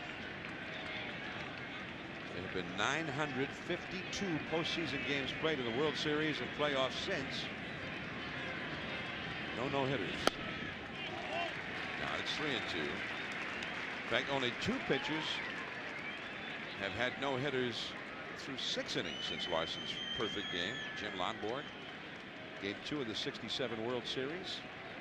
And Jerry Koosman of the Mets in game 2 of the '69 World Series against Baltimore.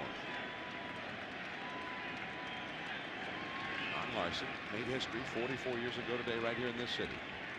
3-2 the count. We'll keep an eye on Zeile. He is running now. And that's bounced foul off to the left. Zeile will go back.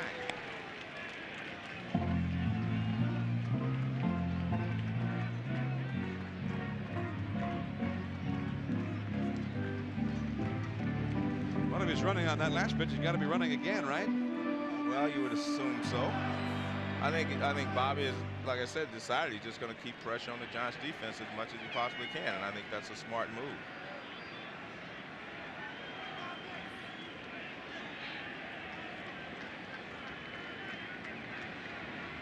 Three and two.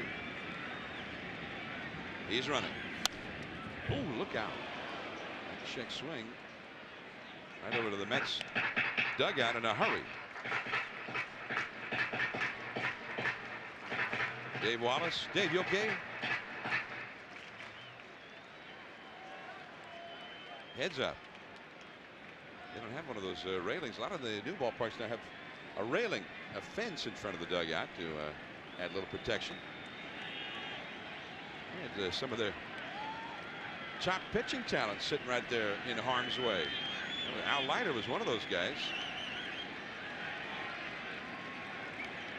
3-2 the count. Zeile was running in the last two pitches.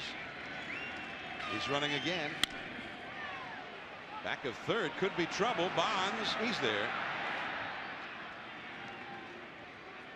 Out number 2. Zeile back to first. Alvaro Martinez downstairs. Well, John, it's a very difficult series for Cookie Rojas. Right before the series started, his mother Estela passed away at the age of 86. He missed a practice before game 1 in San Francisco. And when told that she lived a full life, he said, yes, but your mother's your mother, and when she passes away, it's always very difficult. Well, we send along all of our sympathy and thoughts and prayers to Cookie Rojas and his family. Here's Bobby Jones now. He has struck out twice, but the second time he struck out, it started a 2-run rally. He swung at a pitch that was so bad that it bounced away from Doug Mirabelli. In fact, Mirabelli at first did not know where the ball was. By the time he recovered through the first, Jones was there. And that was the real key. I mean, Jones just took off right away. No hesitation. Well, this has been Bobby Jones' day so far. He's only given up 1 base hit. That's a double to Jeff Kent. Other than that, he has kept the Giants under complete control. Kent scheduled to lead off for the Giants in the next inning. Jones takes ball 1 from Doug Henry.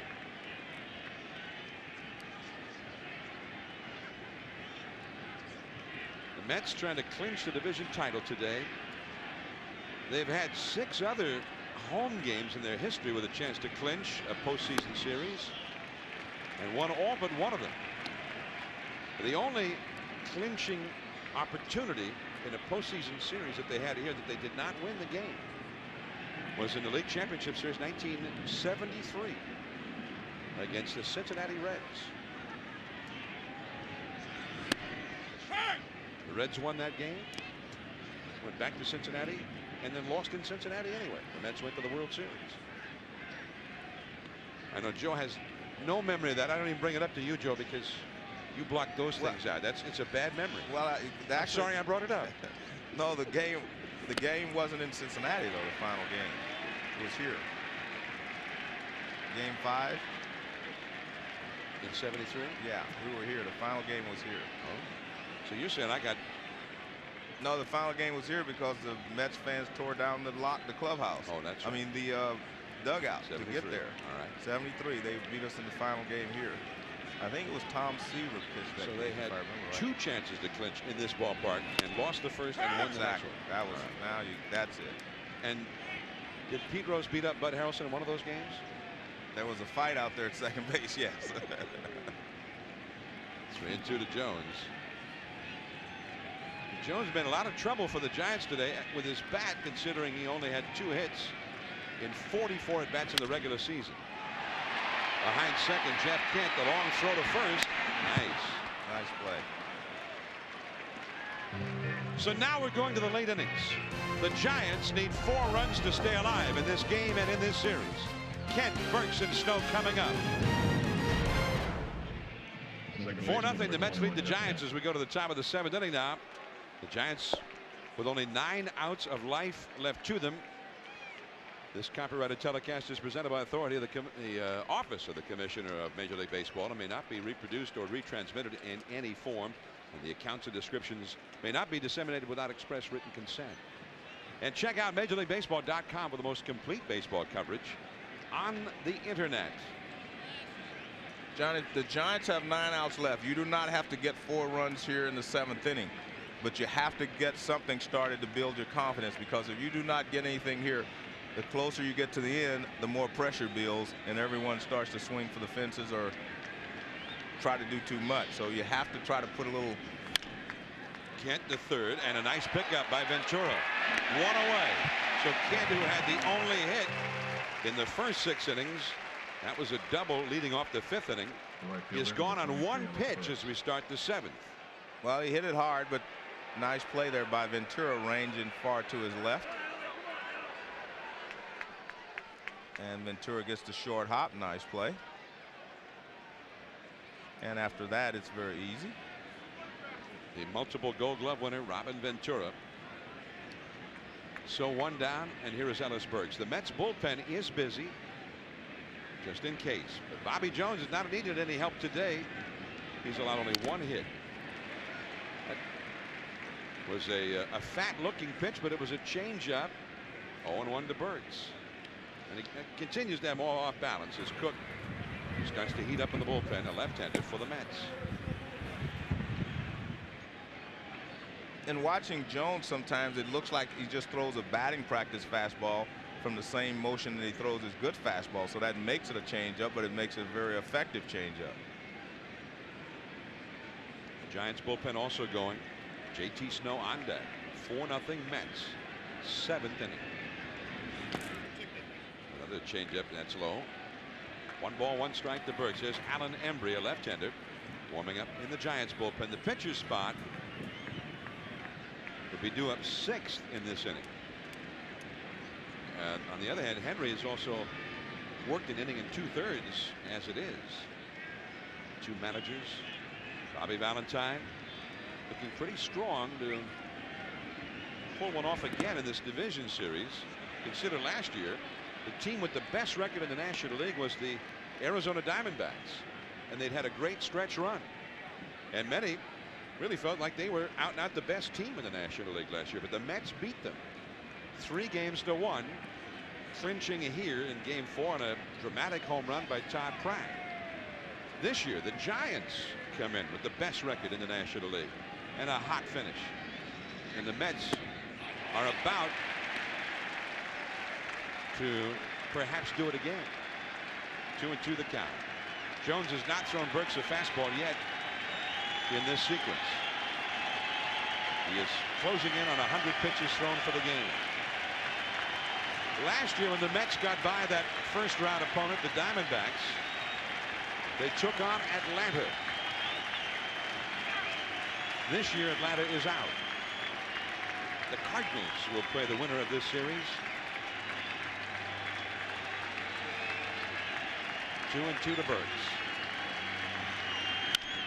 Popped up. Shallow center. Jay Payton. Out number 2. And Jones has been doing this all day long. He's been making it look ridiculously easy. Well, again, he has great control today. I think that's the key. He got some help in the first inning when the Giants hitters swung at the 3 high fastballs to get themselves out. But since that time, he's actually been on this corner, a little off the corner, puts a little on his fastball, takes a little off, and he always has that slow overhand curveball that seems to be in the back of all the hitters' minds. JT Snow, a strike caught on the outside. And again, he's just easing the ball through there. But he's getting the corners. I mean, he is moving the ball in, out, up, and down. That's the key to his success today. That one. Alfonso, plenty of time. 2 down. Or rather 3 down. That's the inning. just like that. Game 4 of the National League Division Series, the New York Mets and the San Francisco Giants. Yesterday, the Cardinals clinched their division series to move on. Friday in the American League, the Mariners clinched their series over the White Sox to move on. Later tonight, out in Oakland, the Yankees and the Athletics in their 5th game, the deciding game. And for the Mets, they're hoping that this will be the deciding game. And they lead 4-0 as Alan Embry, a left-hander, comes on. Leadoff man Timo Perez, a swinging bunt. Aurelia, a wild throw, a forced error. I'm not sure that he was going to get him, John. I know he did. He rushed it. And I tell you what, this Timo Perez can fly. And that's why you try to get a swinging bunt. He wants to chop this ball, make it bounce 2 or 3 times. See, Aurelia gets up and fires. Let's see where Timo is when the ball gets there. No, he was out. He would have been out. But this, he just wants to chop it. Matty Alou used to do this all the time. Just chop it to shortstop, but he hit it a little too sharply. But he still rushes Aurelia, and his throw is up the line. Well, they're going to score that an error. But, Joe, I think that Timo should get the benefit of the doubt. Had Aurelia not hurried the throw, if he had taken that extra step to really set himself, Timo would have beaten it out. Edgardo Alfonso to the big part of the ballpark, Marvin Bernard.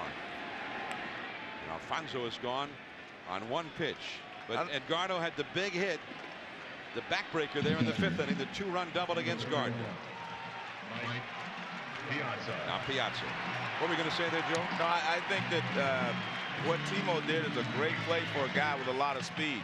But he didn't chop it. He was trying to chop it to shortstop, but he hit it. And that's why Aurelia had a chance at all. But smart play by Timo. The guy who used to do that with devastating effect on occasion was Willie Wilson when he was with Kansas City. Matty Alou used to do it like a drag bunt to shortstop. He didn't like swing at it. He just kind of dragged the ball past the pitcher and the third baseman.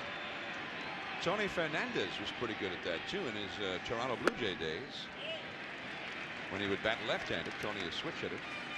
Mike Piazza, he has walked, fly deep to right center, and flied out to center again. He is 0 for 2. But his presence in this Mets lineup is the reason that they pitched Edgardo Alfonso in the 5th inning when he did add 2 more runs to the Mets lead. So his presence is still felt by the Giants, and everyone's still afraid of him. And that's the way of a superstar. Sometimes you do not have to hit to have an impact on the ball game, and he definitely had an impact there, because I don't think Dusty would have pitched to Edgardo Alfonso had not been the fact that Mike Piazza was behind him.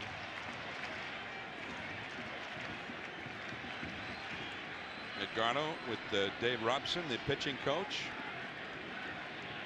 talking about his swing, the mechanics of his swing. 1-1 to Piazza. I think he'd like to see that last pitch again, the one he just fouled back to the screen. Deep to right. Burke's back. He's there, and as the ball starts to slice away, he makes the catch.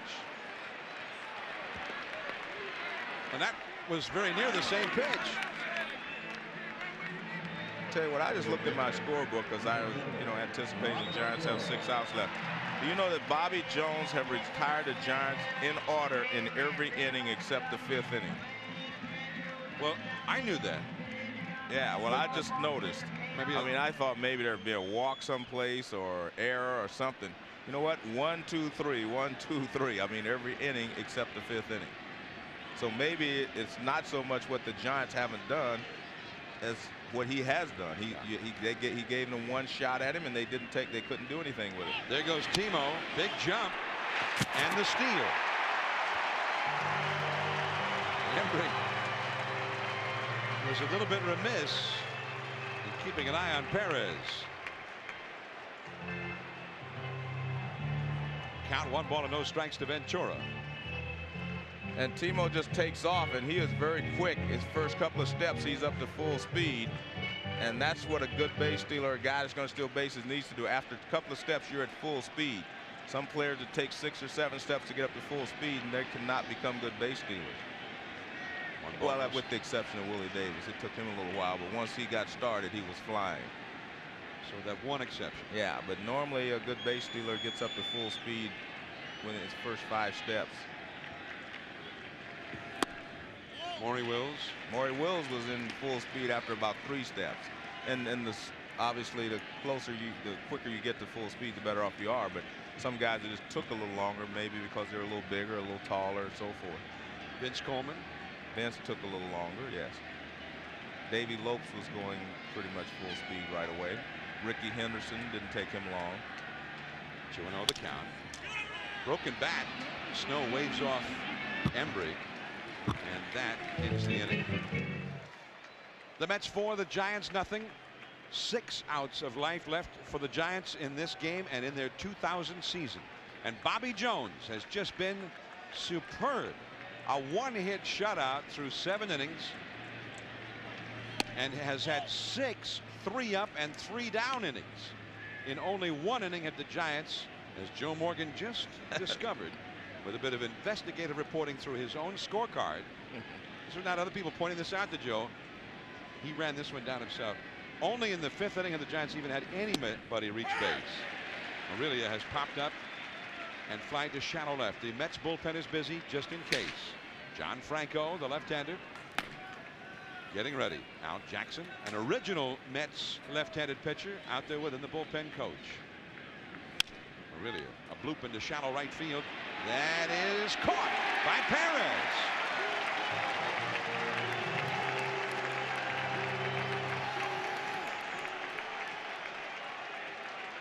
Timo is just happy to be here, and he has taken advantage of his playing time since he's been here.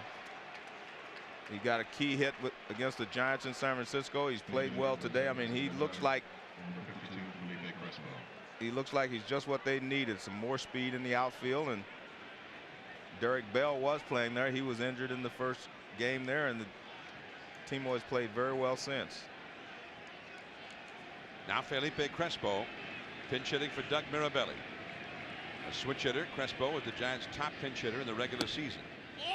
Change up, down and away. Bobby Jones with a 1-hit shutout going.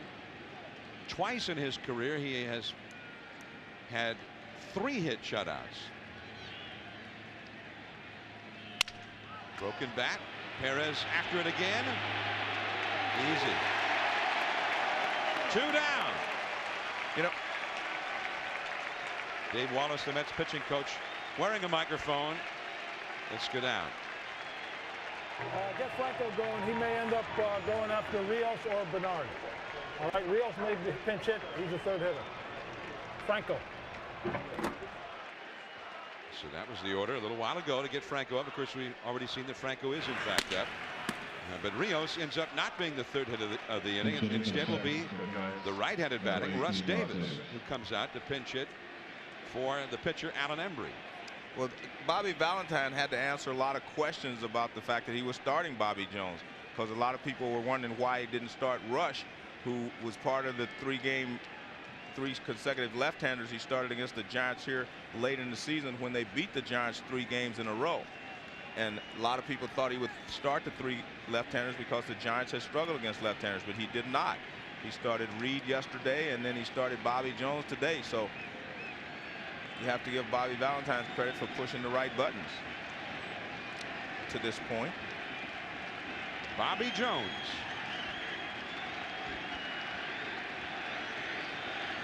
Two down, nobody on. Change up too high. He threw only 12 pitches in the 6th inning. He had an 8-pitch 7th inning against the heart of the Giants batting order, and that was his 6th pitch of this inning. And the fans are starting to chant Bobby Jones, Bobby Jones. And after all these years, and after a brief trip to the minor leagues this year, he's an overnight sensation.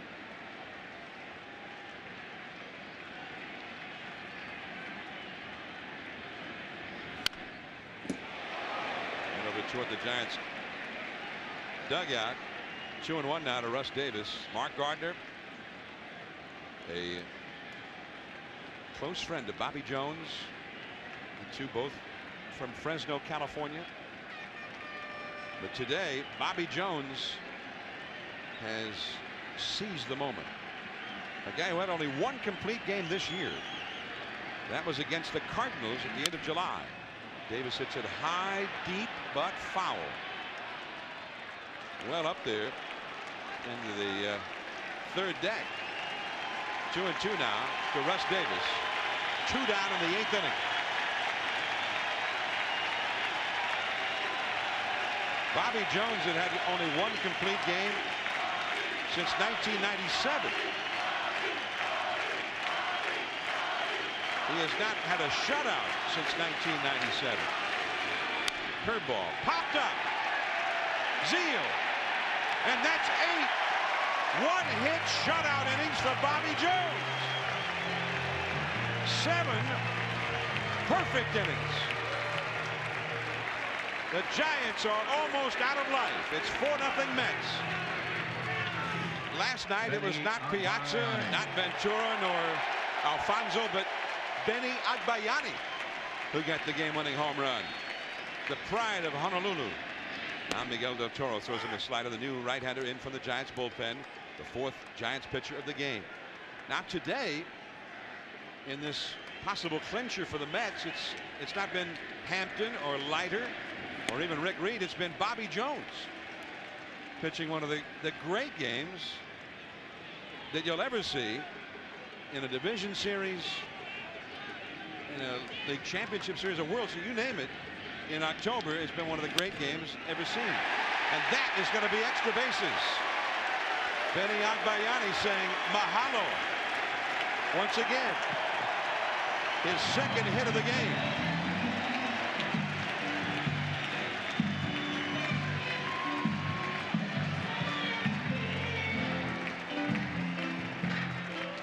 So another little slider that just stays up right over the plate, and Benny rips it down the line. No chance for Bill Miller to make a play on this ball.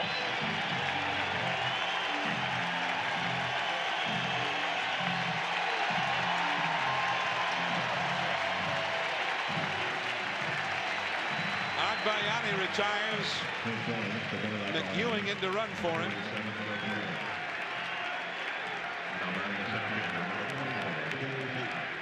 You know, the Chicago White Sox had the best record in the American League, and they have been eliminated already by the Seattle Mariners. And if the Giants are not able to do something in the 9th, they had the best record in the National League, and they will be eliminated. And that's a little bit rare, isn't it? Yes, it is. I mean, normally one or the other usually gets to the playoff, to the series or the league championship series. Well, 1997, the Cleveland, Florida World Series, neither of them had the best record.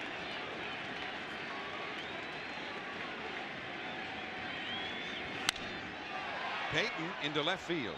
Bonds. And there is one away.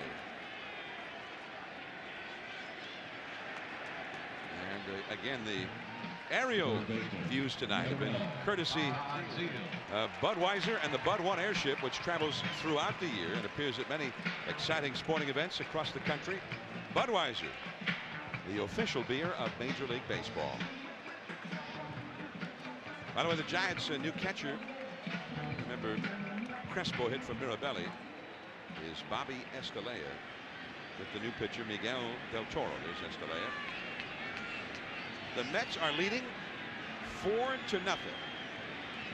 Todd Zeile, fastball, a strike. It all looks so easy when the pitching is strong. And rarely has it been stronger than the game that's been turned in so far tonight by Bobby Jones. He'll have to run the gauntlet one more time. The Giants at the top of their order up in the 9th inning. But he has not allowed any of those 3 to reach base. Bernard, the leadoff man, Miller, and even Barry Bonds, who is 0 for 3 tonight. Bonds due up 3rd in the 9th. Then Kent, Burks, and Snow. If they can get some people on base, they'll have their best hitters to give it their best shot. But there's the rub. Getting people on base. They've not been able to do it much tonight. Kent with the only hit, a double in the 5th inning. on the inside. 1-2 now to Zeile. And now Estelea is going to go out and talk to Del Toro. Del Toro from Mexico does not speak much English. Estelea of Cuban heritage and a native of South Florida, and he speaks Spanish fluently. Sports Center right after the game. Stay tuned for that. The full day in sports. All the highlights on Sports Center, including the reports from here after the game. Then at 7:30 NFL primetime, scores and highlights. Chris Berman and Tom Jackson. And then tonight, the Sunday night NFL matchup, the Baltimore Ravens and the Jacksonville Jaguars. 8:30 Eastern, 5:30 Pacific on ESPN. Dusty Baker. The Giants have had some excellent years under Dusty, but they have not been able to solve the riddle of postseason play. They were swept by the Marlins in '97 as Zeile goes down on strikes. Out number 2. And now, despite having the best record in the league here, Joe, this would be a real bitter disappointment for Dusty and the Giants to be eliminated just like that after their great regular season. Well, I think it's a bitter disappointment for a couple of reasons. This is the best Giants team that they've had in San Francisco in a long time, and they played well, and on top of that, they won the first game of this series. And if they lose today, that means they would have lost 3 in a row after such a good start. And Ivan Hernandez won that first one at Pacific Bell Park.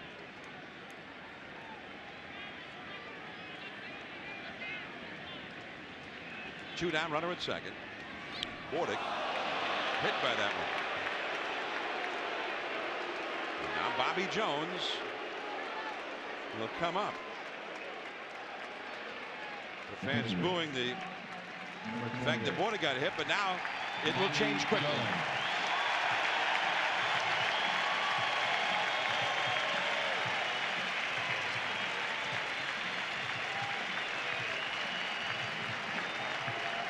You go back to 1997, Bobby Jones not only was an all-star, he was the Mets' best pitcher, a 15-game winner on a Mets team that was really not a real strong team. He was won 15 and lost 7 that year. In fact, he went 10-3 down the stretch. Tonight, in his first postseason game, he was not even on the roster last year for the postseason. Fastball fouled right off the mask of Bobby Estelea. Del Toro, who throws real hard. 0-1 the count.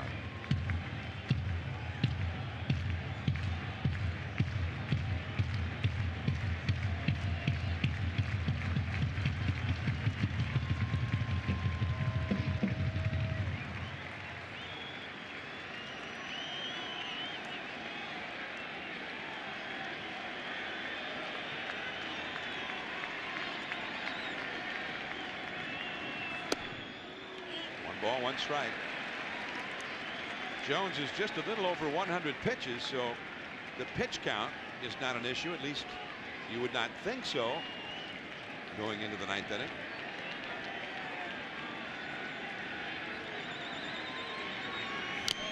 Another foul off the catcher, Estelea. 1 ball and 2 strikes. Jones, 30 years old, from Fresno. One-time college pitcher of the year and a first-team All-American back in 1991. He was 16-2 in college that year. His team went to the College World Series and finished in 5th place. He's down on strikes, but now he'll go back, perhaps for a rendezvous with destiny. And Barry Bonds will get one last chance to try and turn around his postseason fortunes. 4-0 Mets. Shea Stadium, New York. The Mets are hoping that their journey is about to continue in October baseball. And for the San Francisco Giants, who came in a somewhat desperate situation, and it's gotten acute now as Bobby Jones takes a 1-hit shutout into the 9th inning. And the fans at Shea are on their feet as the inning begins. Marvin Bernard, a strike.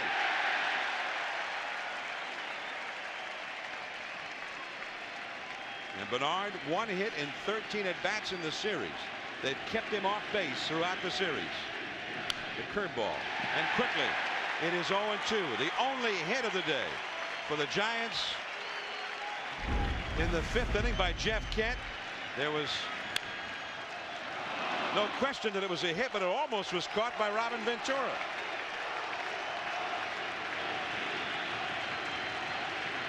Two strikes the count. That was the 112th pitch thrown by Jones. If you're the Giants, you have to think back to what Yogi Berra said. It's never over till it's over. Keep working and keep trying to get some runners on base. Your goal here should be to try to get the tying run to the plate. And do not worry about anything else. Just try to get the tying run to the plate. The Mets bullpen is busy just in case. Remember, Jones had only 1 complete game during the regular season. His only complete game in the last 3 seasons. That was against the St. Louis Cardinals, which is at this point, I guess, a bit ironic. He pitched a 4-hitter. A 1-hit shutout into the 9th inning so far tonight.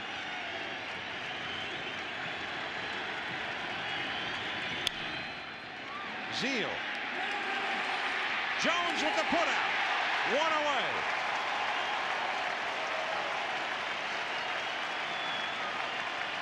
And he's still making it look easy. There has rarely been a hard hit ball by the Giants tonight. There have only been 2 balls hit hard. One by Jeff Kent for the base hit, and a line out by J.T. Snow. And actually, J.T. Snow hit a pretty sharply hit ground ball to the right side in another at bat. So maybe 3 hard hit balls the entire ball game. Bill Miller 0 for 3. To second. Alfonso. 2 gone.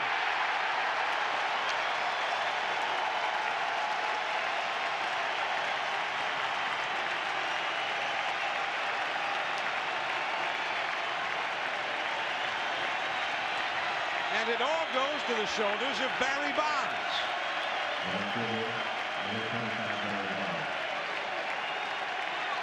Bonds with 494 career home runs, 17th on the all-time list, but never to a World Series.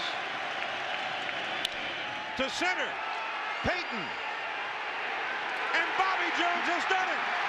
A 1-hit shutout. A masterpiece. And the Mets have defeated the Giants. And they are heading for St. Louis.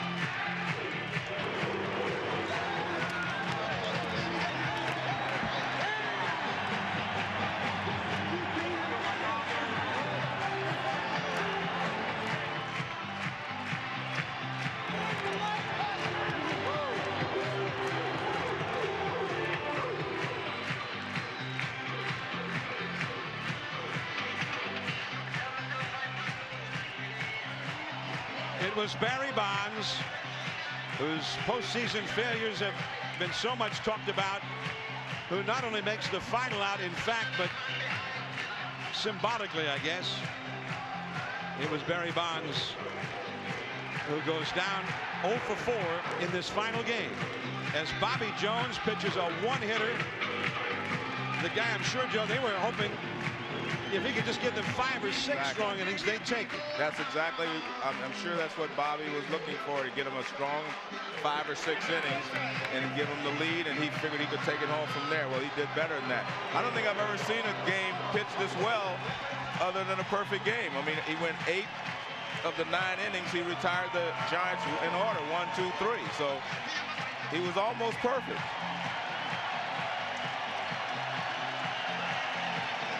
Hail the conquering heroes at Shea Stadium. And this is just the first step of their journey, which now will take them to St. Louis and a very strong and a very hot St. Louis Cardinal ball club.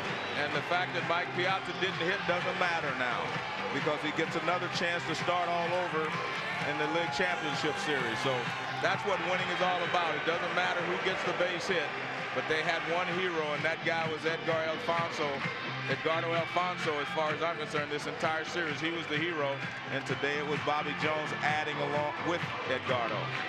Well, on the 44th anniversary of Don Larson's perfect game right here in New York, the only postseason no-hitter, Bobby Jones was perfect in 8 of the 9 innings, a one-hitter, the second in division series history. And Bobby Jones is down on the field. Alvaro Martin and a huge crowd of people with Bobby Jones. Bobby, and let's go to Alvaro. You went to the All-Star game in '97, but to put your team in the second round today in a complete game must be very, very sweet. This is one of the highlights. Yeah, it was. You know, I've had a tough year, and you know, to come through and you know, help my team to move on, it's a great feeling. Now, you told me earlier in this season that for you the key was to be healthy. You obviously feel healthy. Your second half of the season was wonderful. Well, I struggled early on in the year, and I knew I was better in the way I pitched, and I wanted to get back here because I knew the type of club we had. We can make it back into the playoffs, and I wanted to be a part of it. This team thrives on close games. How does it feel like to be a pitcher with that kind of defense behind you? You know, you can't say enough about this team. Early in the game, I mean, we're making great plays all around. They put some runs on the board, and you know, I just felt good out there. I felt like I can throw any of my pitches anytime, and I mixed it up. What do you expect next series with St. Louis? Well, you know, we go back in and celebrate this one, and you know, get ready for. It's not going to be easy. I mean, they play great baseball, and they're a great club. It's just one of those, you know, anything can happen in the playoffs, and you need to go hard and do the best you can. Congratulations and good luck next series. Thank you. Back to John. And for the Mets, the best postseason outing certainly since 1973, when John Matlack pitched a 2-hitter against the Cincinnati Reds. A 1-hitter for Bobby Jones.